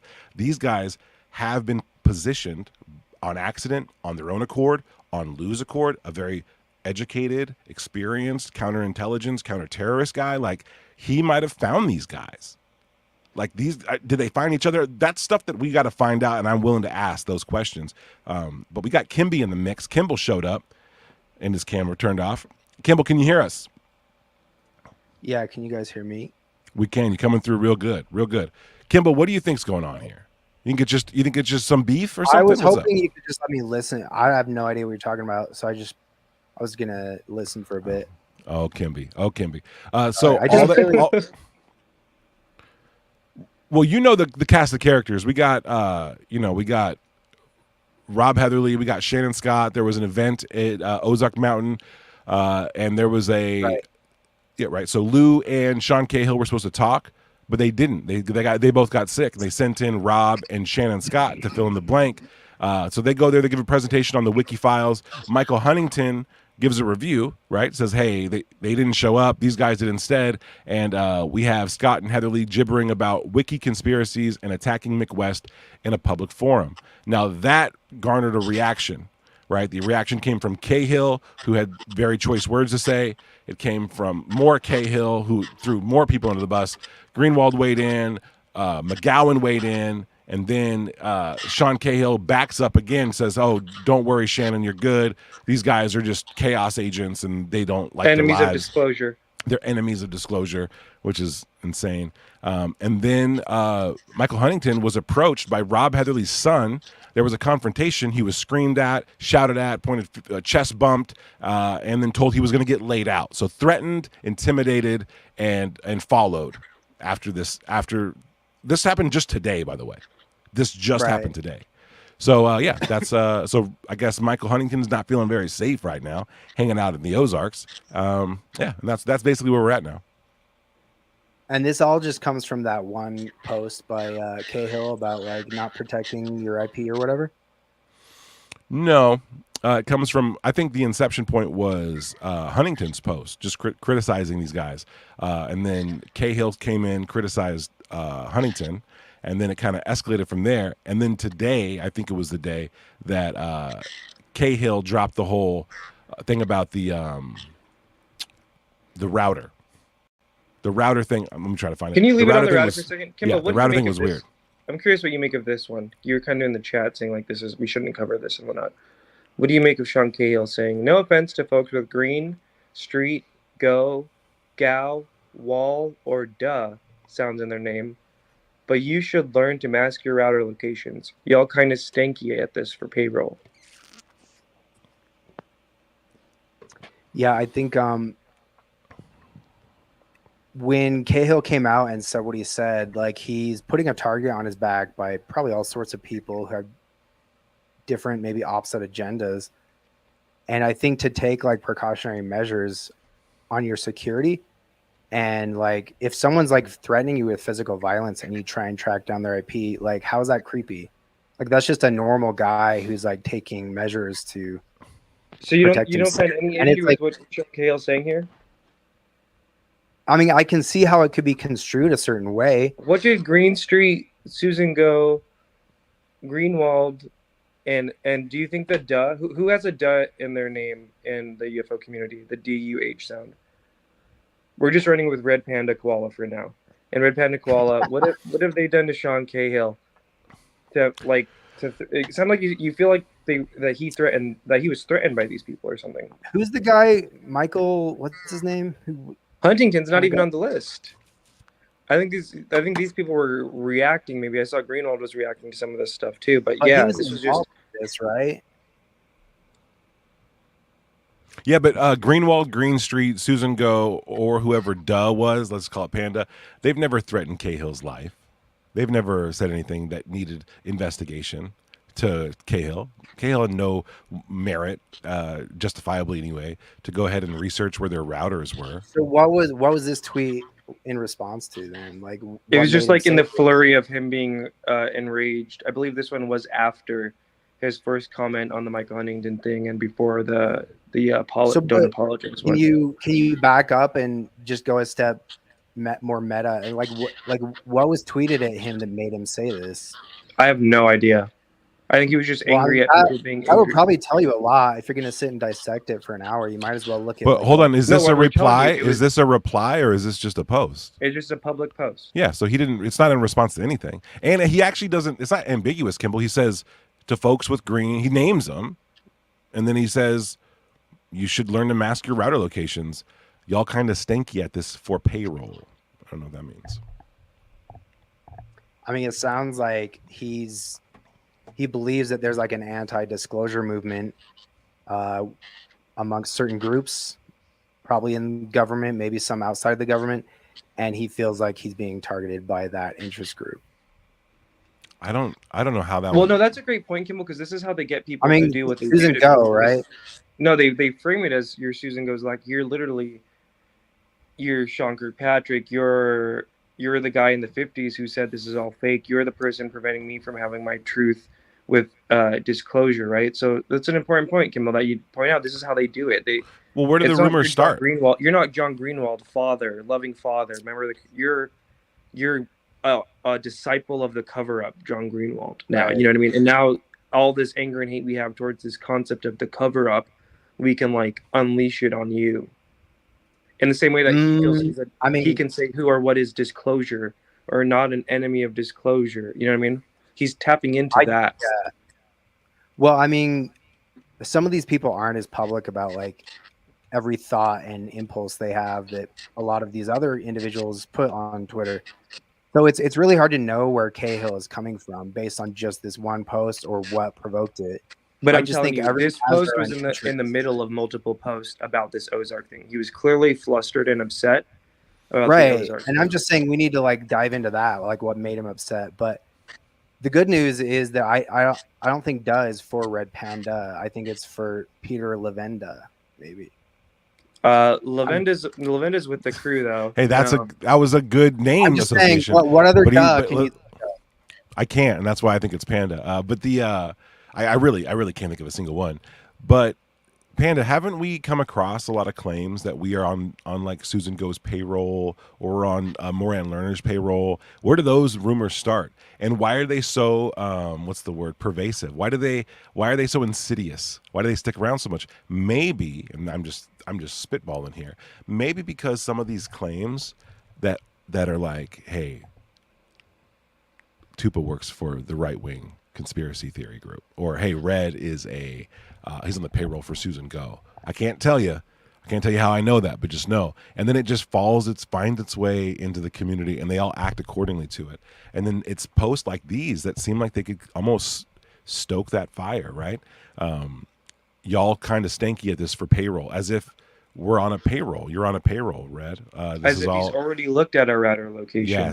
Yes. It's like hinting that, hey, to his followers, hey, I know enough about this. You know what I mean? And here's how I know, because I looked at the router locations. They're on the payroll of so and so. And then that's just a really, as much as I would love to say, like, that sounds crazy. I've heard it so many times. And always from this core group. I remember there was a post from Ray saying that she thought I was a right-wing operative, that I was a spy sent into ufology in order to sow violence. All right, this is someone prominent in the community creating a conspiracy theory about me being a right-wing secret agent. Now that sounds fucking crazy. It's crazy.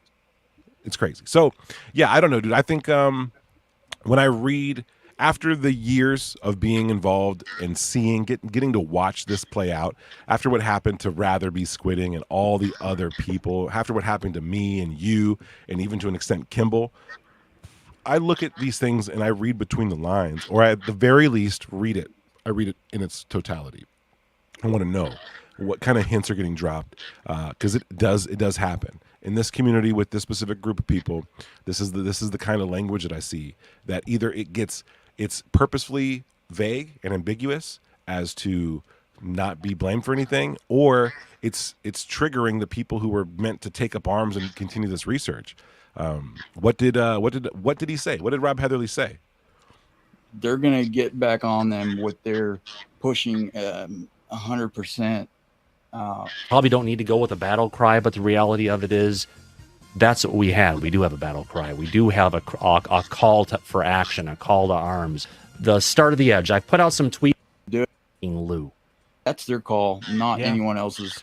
They're speaking from an authority point, right? I mean, they don't seem to be speaking from like, hey, here's what I think we should do as a community. They're completely talking as if they have the right, the authority, the know-how, and the resources to enact whatever they want onto us. Very weird. Very weird. Uncomfortable for me. I have a problem with authority, but also it reeks, Kimball. Could you play a little more of this and we could get into the Gary thing? They're going to get back on them with their pushing 100%. Probably don't need to go with a battle cry for action, a call to arms. The start of the edge. I put out some tweets. This is a call to arms. This is the call to action for all of us to come together and support this great man and what he's doing. There's some real haters out there. There's some people, it was over on Rich Giordano over at GoofOn last night, and he was going, and they've been nothing but this process to go forward. You kind of need to put a little pressure on the people that are hampering this conversation from moving forward further in the public arena. Well, they're sitting behind a keyboard, anonymity in their mom's house. That doesn't last forever with that, and they motivate some people. And Lou is not going to take any action, but I dare say that there are people that will find the motivation on their own cognizance. I don't want to say much more because I don't want to incriminate myself. Run it doesn't last forever with that, and they motivate some people, and they motivated some people. So the critics, some of them on the list of Cahill's, right? The Green Streets, the Greenwalds, right? They motivated some people, and listen to what he says next. Lou is not going to take any action, but I dare say that there are people that will. Lou is not going to. How does he know that? Lou's not going to take any action, but I know he knows that a lot of people were motivated. Lou's not going to take any action, but a lot of people are motivated now. Find the motivation on their own cognizance. Yeah. I don't want to say much more because I don't want to incriminate myself or give anybody the wrong impression, but people need to put some pressure on people to get them to stop it. That sounds like really cornball Sopranos mafia shit. That's, in my opinion, that's what that sounds like. Applying pressure on people, implying that they're gonna, that people are now motivated to take up arms and stuff for just to slow down or to speed up disclosure. It's goofy to me. It sounds really, really weird. Really weird. So, but who's he? I'm sorry, I don't know all of this that's gone on, but who's he referring to right there? Who's he responding to? Cahill? He said 3 and Lou reviews and rather be squinting in that clip. But could you play the Gary? Do we have that? I put it in Discord too. If you need to just play it like that way. Is it in this clip? Oh, you mean what Gary? Okay, so there's a producer for the show, for that show we were just watching, right? The Disclosure Tonight show. There is a producer for the show who came out and had some statements about it, about his time there, what he was asked to do there, how that made him feel. And I know that all this time, Red and I have been kind of reading between the lines and pausing and being like, what did he mean by that? What did he mean by that, right? But an actual producer from the show gave out a statement. Two separate statements about what was going on there, about what he saw. And Red and I weren't there. We don't know, but this guy Gary was, and I think that that's going to be like a lot more important to hear from the horse's mouth. Here's what a producer of that show, associate of Rob Heatherly and Thomas Fessler, here's what he says about it. Time is when Gary, the producer of Disclosure Tonight, began to feel remorseful about his actions, and this is. It starts off, Red, with during this time. Yeah, I don't know. More on learner. Okay. When Gary revealed his infamous Gary testimonies about what was happening behind the scenes, in the form of a comment on one of John Greenewald of the Black Vault's YouTube videos, and an email to Lou Angeles of the unidentified celebrity review videos. So Gary, the producer for the show that we just watched clips from, he responds to Greenewald on a YouTube comment and also emails Lou Jimenez. Yes. Gary revealed that Elizondo and Rob Heatherly had a plan to bring down YouTube channels, that he, Gary, was directed to attack Elizondo's critics at the orders of Elizondo. He was promised things that didn't pan out in exchange for his actions. There are people on UFO Twitter whose job it is to fight. Veterans are recruited because people respect veterans. And that he, Gary, and Thomas Fessler were stepping away from Rob Heatherly as he was looking deep into people's lives for dirt to be used for discrediting. Gary's comment on Black Vault's video reads, "Very well put together, John. A very insightful and thorough deep dive. There is a cult of Lou, and sadly, I was a part of it for a while, doing things and saying things I shouldn't have done. When I stepped back from it, and started applying logic, instead of blindly following, I noticed a lot of new things. I also know what is going on behind the scenes. There is more to this than meets the eye. Casually placed people in certain social media areas controlling various things, and to make sure the die-hard followers react to create disorder and chaos. And the same the other way, talking to you privately, making you feel like you are doing the right thing, being promised stuff that never happens, and the second you question something, you are booted out. There is a few people working on behalf of Lue on UFO Twitter at the moment, whose, quote, job it is to make sure we keep fighting. It worked on me for a while. I'm glad to be out of it.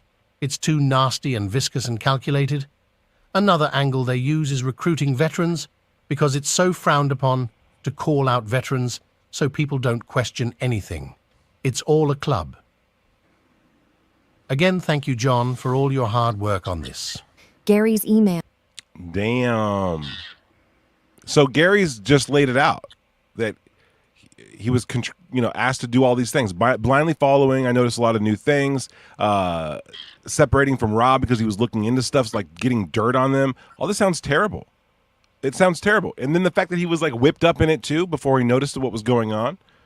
So on his own cognizance, Gary has come out and said this. This is what his comment was on the Black Bolt. Does it differ from the statement he gave to Lou? There's a few additional things I think it's worth listening to. So here's the email to Lou from the producer of Thomas Fessler's show. Had our arguments in the past, but I have to tell you something. I was overhearing a conversation between Rob Heatherly and Lou Elizondo. They didn't know I was there, and they were both on a mission to bring down various YouTube channels. It was at this point I lost faith in Lou and realized I had been a pawn in his game, being promised things. I was having trouble with another community destroying my life and pushing me to the brink of suicide many times. I was told they would sort my issues if I helped them. What do you think that means? So Gary was dealing with another community that he was having problems with, and that this group said that they'd be able to help him with it if he helped them. Yeah. Okay, so there's a clear, what do they call that? A quid pro quo? A clear... Yeah. Okay. This for that, yeah. I'm an idiot, so I believed it, hoping that I would get closure on what had happened to me before. Okay. Turns out that was a total lie. Thomas was also promised bullshit things from Lou too that never panned out after being asked to go out and, quote, defend him and his family. Thomas won't reveal any of this because Rob has caused enough shit already, but I want you to know that Richard Butt was discussed too. And I did the thing that was very untrustworthy, something I shouldn't have done, but I did as I didn't trust him. I recorded those conversations. I have those conversations still on my computer. I'm unsure what to do about them. They will know it's me if it leaks out, but it also shows that you are absolutely correct on your recent show. They have been using us all to turn against each other, and it has worked. You'll notice we separated as far from Rob as possible. He was looking people up, calling local authorities, and asking Louie to gather information on you all. I can't be around that shit. I'm not speaking on behalf of Disclosure tonight, or Thomas. I'm speaking this from me, myself, and I. Thomas doesn't even know I'm sending this. I hate the way I spoke to you back when we fought. I'm really sorry and I apologize, I really do.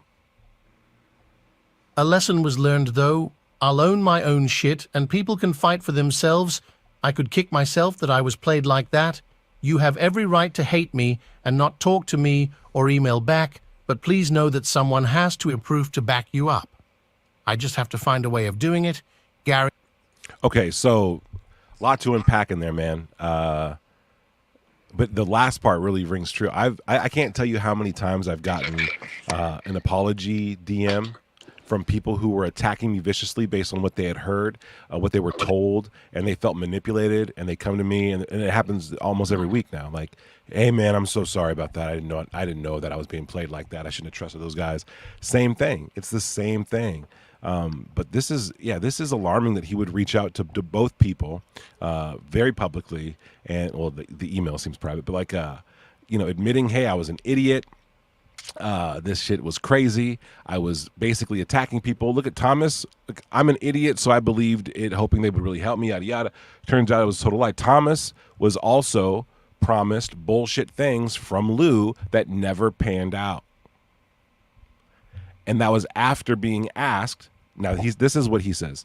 After being asked to go out and defend him and his family, meaning that, according to Gary, someone, if not Lou himself, asked Thomas to defend him, asked Thomas to defend him and his family during those quote unquote the Who's Lou documentary and the criticisms.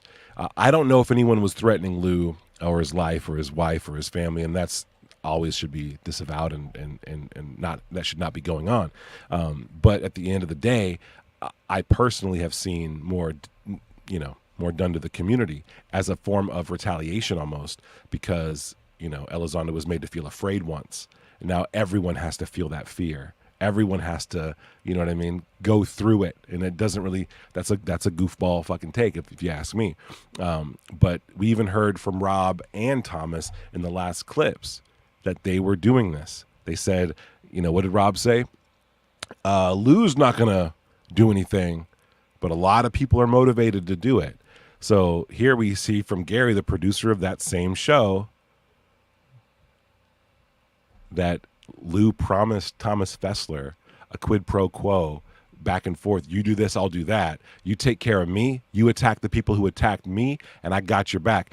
But here's Gary saying that never transpired. So not only did he promise him some shit that probably was fucking super sketchy, he didn't deliver on it either. And that seems kind of, that's the worst. That's the worst. Now, as recently as 2 months ago, Fessler was on another live show that he does, Disclosure Tonight. And he got a phone call in the middle of explaining something about Lou Elizondo's book. Who called him, Red? Lou Elizondo himself called Thomas Fessler live during his stream to correct information that Thomas Fessler was saying. So they're obviously tight, right? Yes. They're obviously tight. And this Gary testimony, this is the ack account, right? That Lou reviews. Correct. And after Lou Reviews released this a few months back, nobody heard from Gary for months, and then he went on Disclosure Tonight and said he made it all up, this email. But he has still yet to address the blackball comment. And I mean, it might be worth watching. We're already kind of running long. That might be a whole other episode where we watch like his thing. There's some red holes in there. I think we have to move it to another episode, man, because this is getting juicy. This stuff is crazy. I mean, we also don't want to flood our listeners with too much stuff all at once. But this is essentially the culmination, right? This is the build up to what happened today at a UFO conference. Cahill and Elizondo's right-hand men showed up to this event, and when criticized, Cahill took to Twitter, insulted Michael, called him an agent of chaos, said that he was projecting his own self-hatred to try to stop disclosure, an enemy of disclosure. And then next thing you know, Rob's son is confronting Michael Huntington, threatening him, trying to fight him. Threatened with being laid out.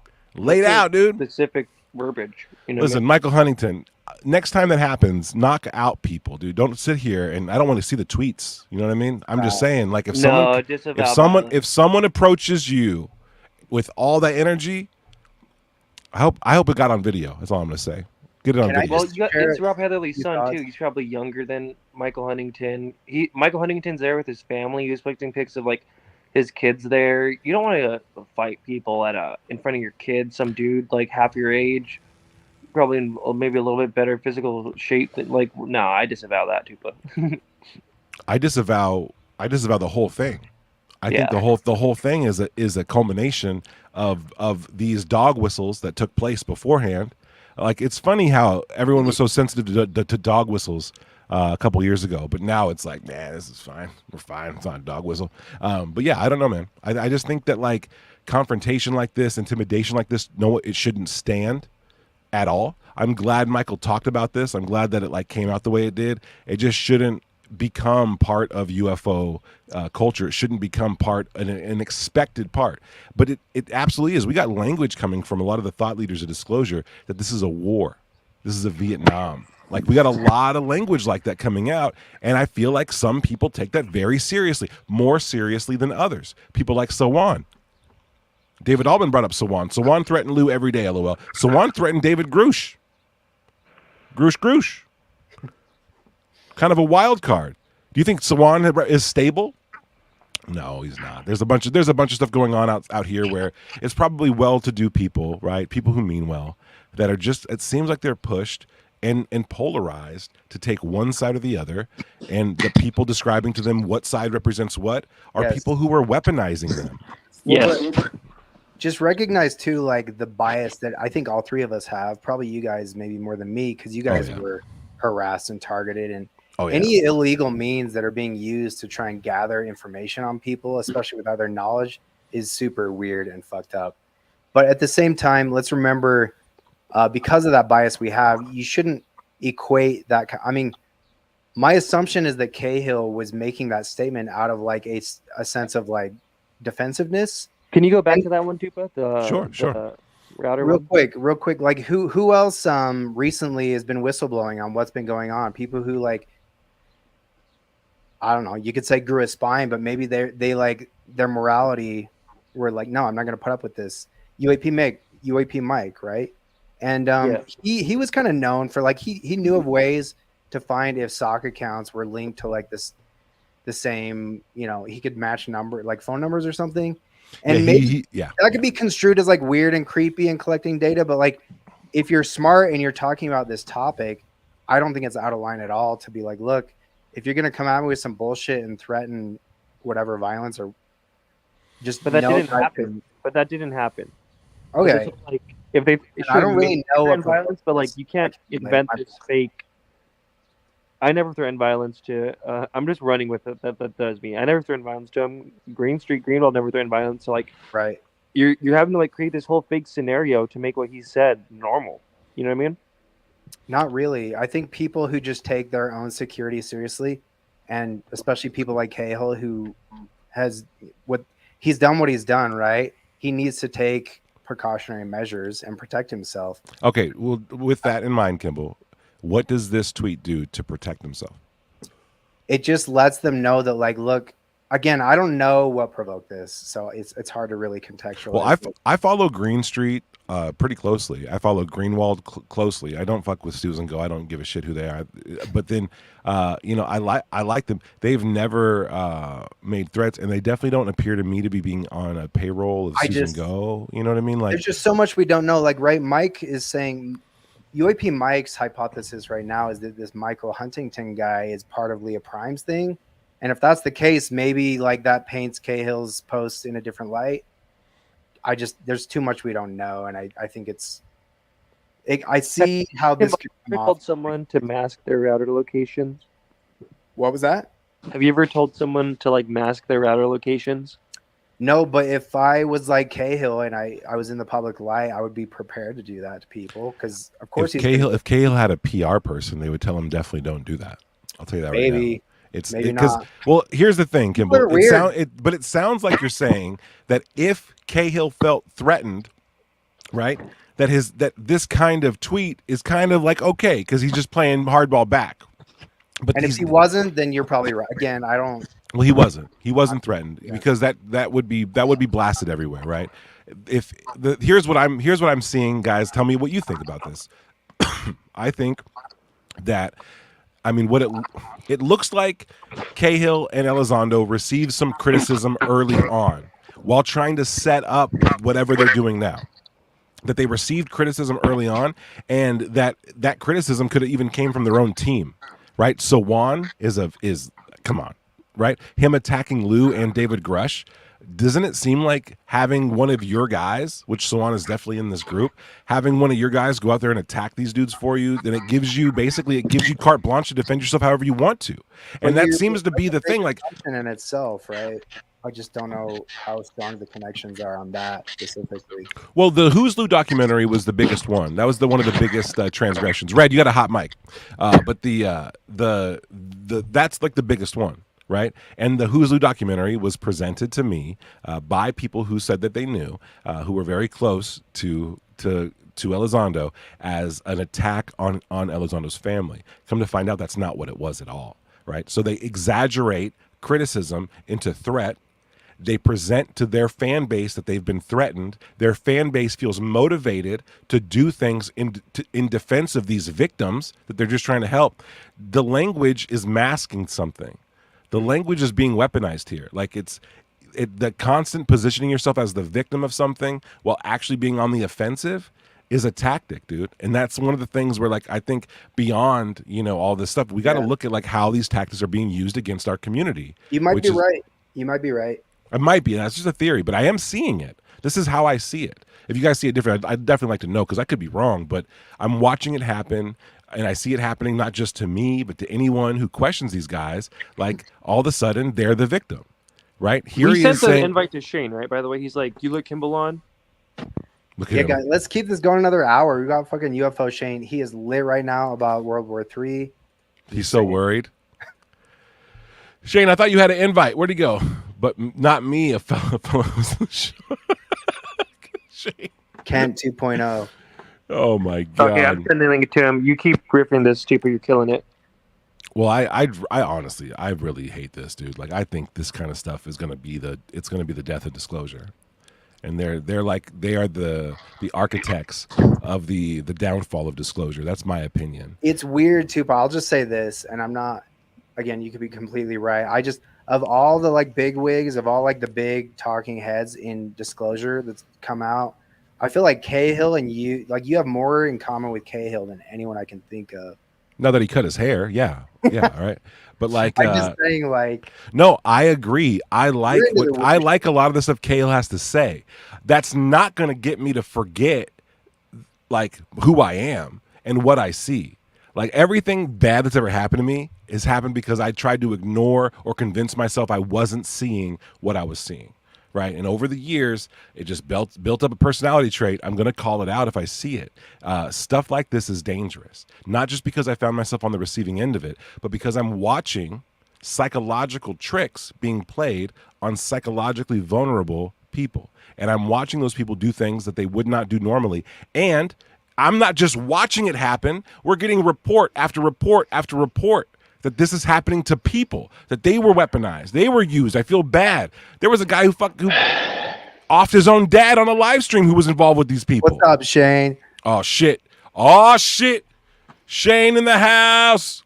Dude, we got to give you your music, UFO Shane. We got to do it. All right, let's do it. Named UFO Shane. He has 58 laptops. I'm not joking. He has 62 laptops. He knows more than you about everything. He's got more to do. He's UFO Shane. He's got a plan. His alcohol percentage insane. He has 80 free laptops. I'm not joking, he has 96 laptops. So many laptops upstairs. My man, you will Shane has 48, 9 fucking portable computers in his domicile. What the that? All right, Shane, go for it. Hello, brothers. Hello, friends. How are you today? Are you doing well? Let's go Palestine, you know? Let's not go well Palestine. We have a war breaking out, gentlemen. Tupacabra, Red Panda, are you there? Yes, Shane, how are you? I know you've been covering this. Panda's under a pillow right now.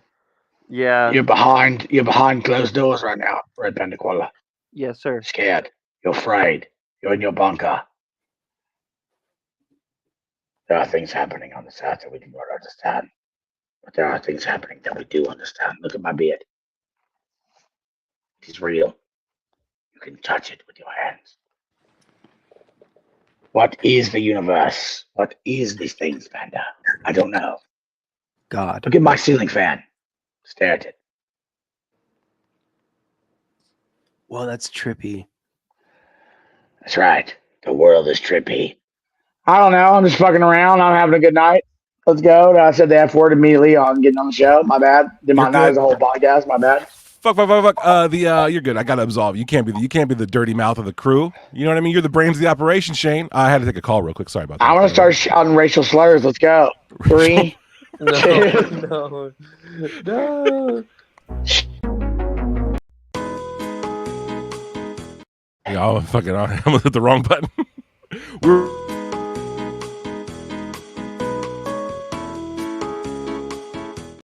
Palestine.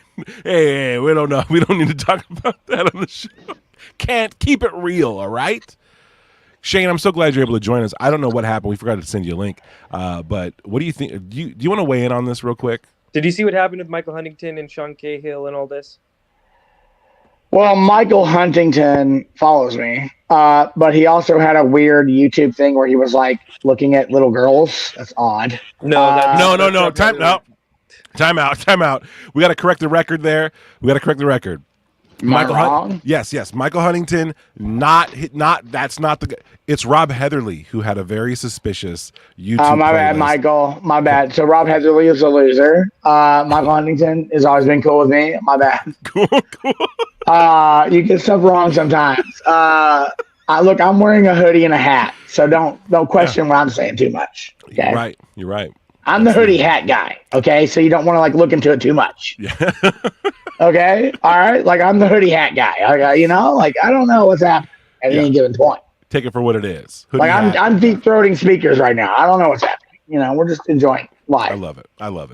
Yeah, but Rob Heatherly's a monster, apparently. Well, look a at my lot of green people screen say- too, but you see it? I see it. It's hard to fold down. If you just pop that bad boy right behind you. You want me to fold it down right now live on stream? Chat. One in the chat if you want to watch Shane fold up the green screen. It is a nightmare. If we watch him, it could be pretty funny, okay? So Really, Shane, you want to get sued? We do. We're looking forward to all the lawsuits. It's gonna hold up well in court when this video plays. Like that hoodie hat guy. That guy. The rabbit died. Red, Steve. Red, I feel like you tried to talk, but then we couldn't hear you. How about now? Yes, totally now. Michael Huntington was at a UFO conference. He criticized Rob Heatherly and Shannon Scott. Lou Elizondo was supposed to be at this conference with Sean Cahill. Last minute, they back out. Of course. Rob Heatherly and Shannon Scott talk about the Wikipedia stuff. That's fine.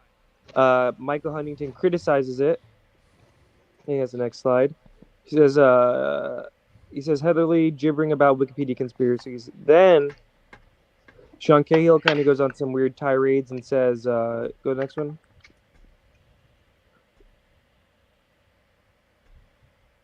Ooh, I like that. I like a little picture. Is that a lighter? I like it. Shane goes to the gas station with a paycheck. He comes out with everything. Hell yes. Dude, Damn. Shane let me on first, but they didn't give me a song like they gave you. So.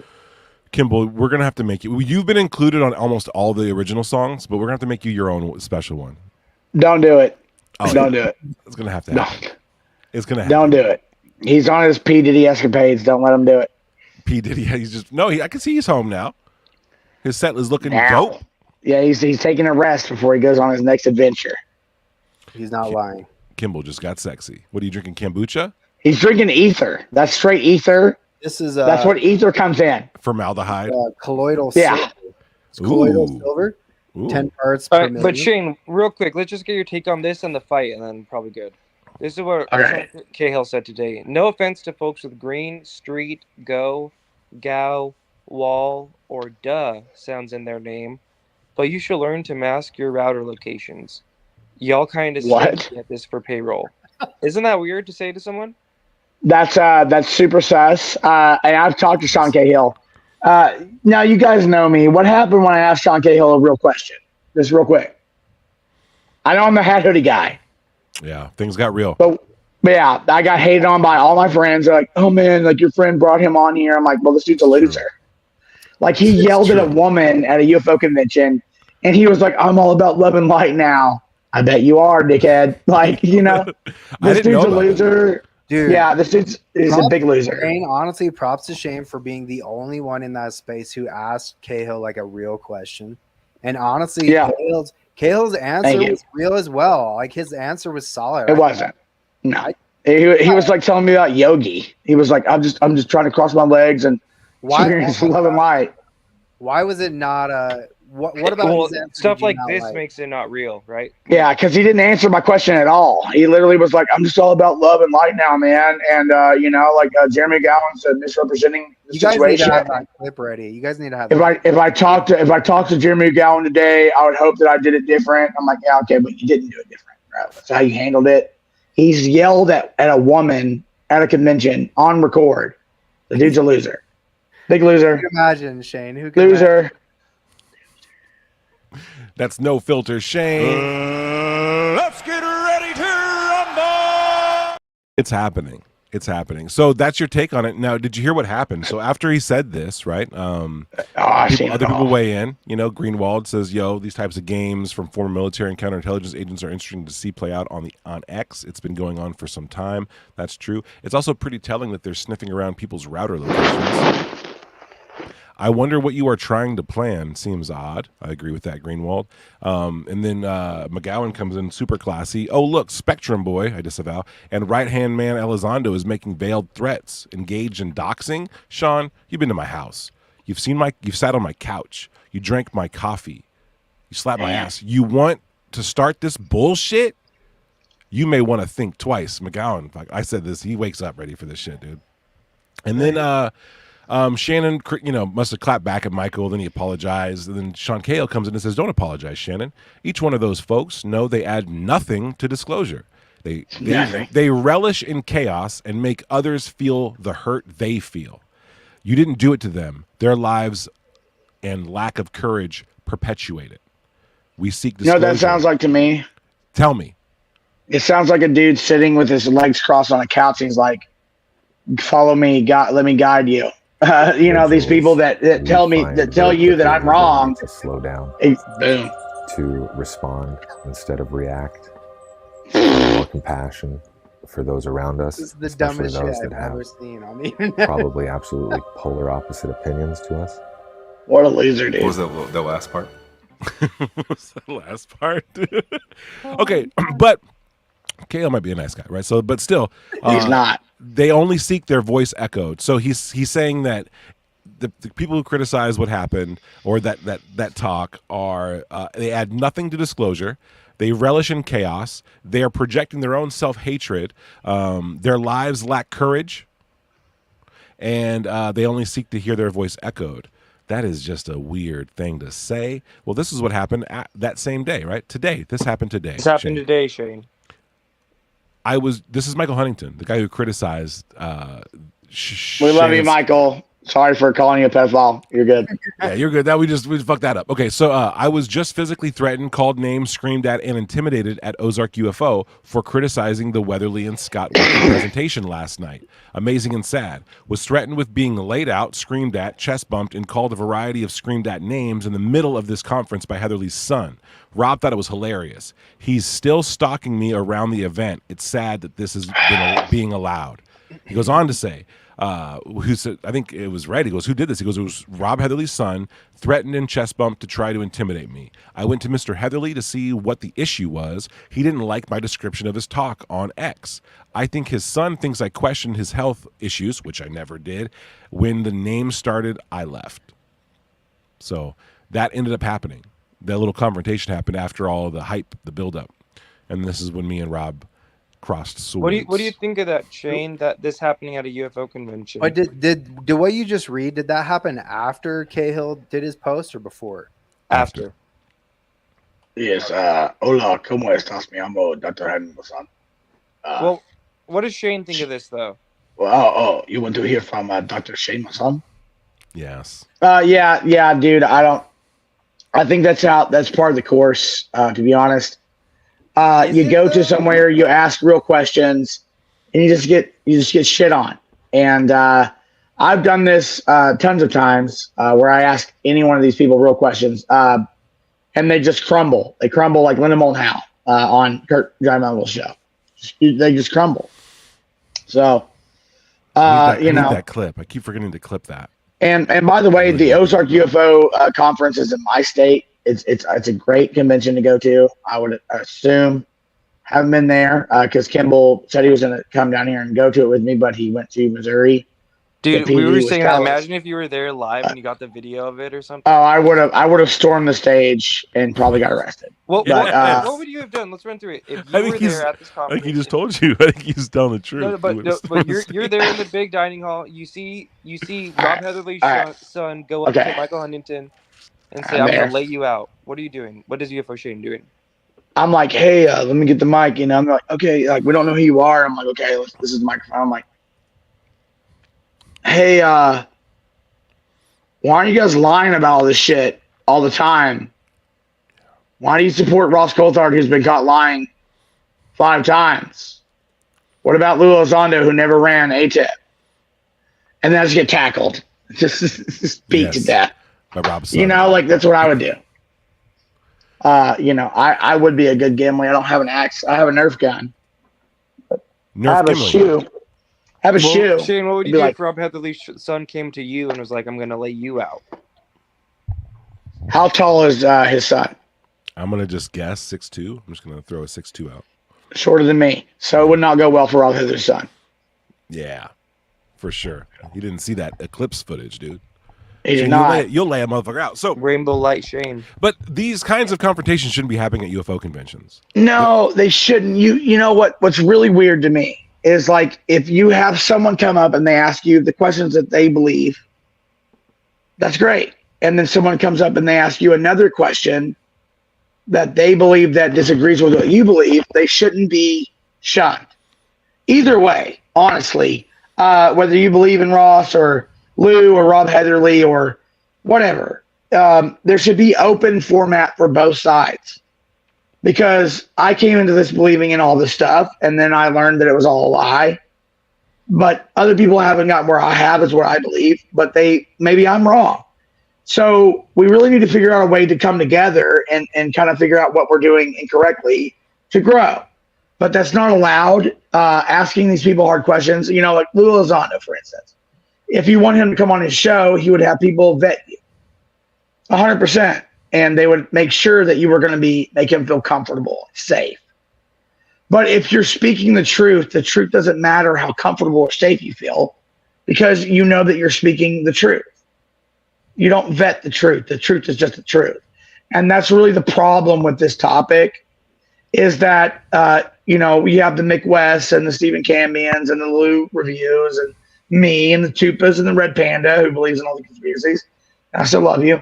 But, you know, you should be able to ask all the questions you want to ask, which is what Skyfire News does best, is we let people like me and like Kimball and Tupa and Red ask these questions and make mistakes and understand things. But this type of format exists here, but it doesn't exist at these conventions where these people are making tens of thousands of dollars. And I get that they don't want to feel unsafe there, you know, but if you're speaking what you know to be at your heart of hearts to be the truth, that's really where you should be able to ask these questions. And it hasn't been that way, to be honest. Well, Shane, do you think maybe that, and this is out of my top of my brain, but I think maybe there's a possibility that some of the reason we're seeing this friction, because you talk about the truth, like if the truth's on your side, you have nothing to hide, right? But the phenomena itself is like probably going to feed people different truths. Also, whatever the truth is about it may never be like knowable to us at all. And so I just wonder if that's like, because this isn't just another topic, right? This is like the most important story, and it's something that's way above us. Well, but if you asked me what my truth is, then I would tell you exactly how I feel about my truth. But if I ask you what your truth is, exactly, you would tell me how you feel about your truth. And there could be similarities and differences. Yeah. But the thing is like, you don't need to focus on the differences, but on the similarities that come together. But that's not what these UFO talking heads do. They focus on their message to get across to make more money so they can go to the next convention. That's my problem with it. Okay. That's true. There's a lot of truth to that. Guys, we're going to have to close out here pretty soon. I got to get the kids to bed. But we're going to do a Skyfire News Space right after this on Twitter. Hell yeah. Hell yeah. Yeah, Chupacabra, Red Panda, they messaged me like 4 hours ago and said, dude, we love you. Shane, we need to keep going. That's right. That's right. You just did a 135 person space with Reptile for this. All week, Shane. Keep going. I take breaks from social media, dude, because it rots my mind. You're healthy, man. That's hell of a week. Yeah, this is the face of health, guys. That is. This is the face of health. Look at it. Look at that. Health. Shane, give us a final word on this case or on the day. This is the face of wealth right here. Yeah, okay, I'll give you the final word. In a world we live in is dark and light. We have a lot of things going on in the Middle East right now that are crazy. We don't know where we're going. We don't know what we're going to do. Let's stay true to yourself. Ask real questions. If you want to ask someone who may be as famous as possible something, don't be afraid to do it. Don't be scared of what people tell you to say. Tell them what you want to say, because you're in it for yourself, right? At the end of the day. And you're not wrong and you're not right. You're just looking for something we can all hold on to. So just keep fighting. Just keep fighting. I can't trim the mustache, okay? I love that. All right, Shane, everybody, guys, until next time, Shane, thanks for that final word. We'll see you guys tomorrow. This was amazing. Peace. You're blocked by Gary Nolan. I should feel lucky. But I looked at my phone and seen that Gary Nolan blocked me. What the hell? Fucking Gary Nolan, man. How does he even know about me? Dude, you guys should have brought me on earlier. I could have chugged beers for money. We would have loved it. I know I should be happy too, but I'm dying. I disavow, guys. Thank you again. Gary Nolan blocks me. The world is crumbling all around me. I wanted Gary to tell me why he shared Chris Bartow's brain scans on TV. It's my birthday, friends all around. I should feel lucky, but I looked at my phone and seen that Gary Nolan blocked me. What the hell? How does he even know about me? The cake comes out, everyone is smiling. I know I should be happy too, but I'm dying. I'm fucking dying. Because Gary Nolan blocks me. The world is crumbling all around me. I wanted Gary to tell me what aliens are planning. And I can't blow out my candles because of all of these scans. And I can't blow out my candles because of all of these scans.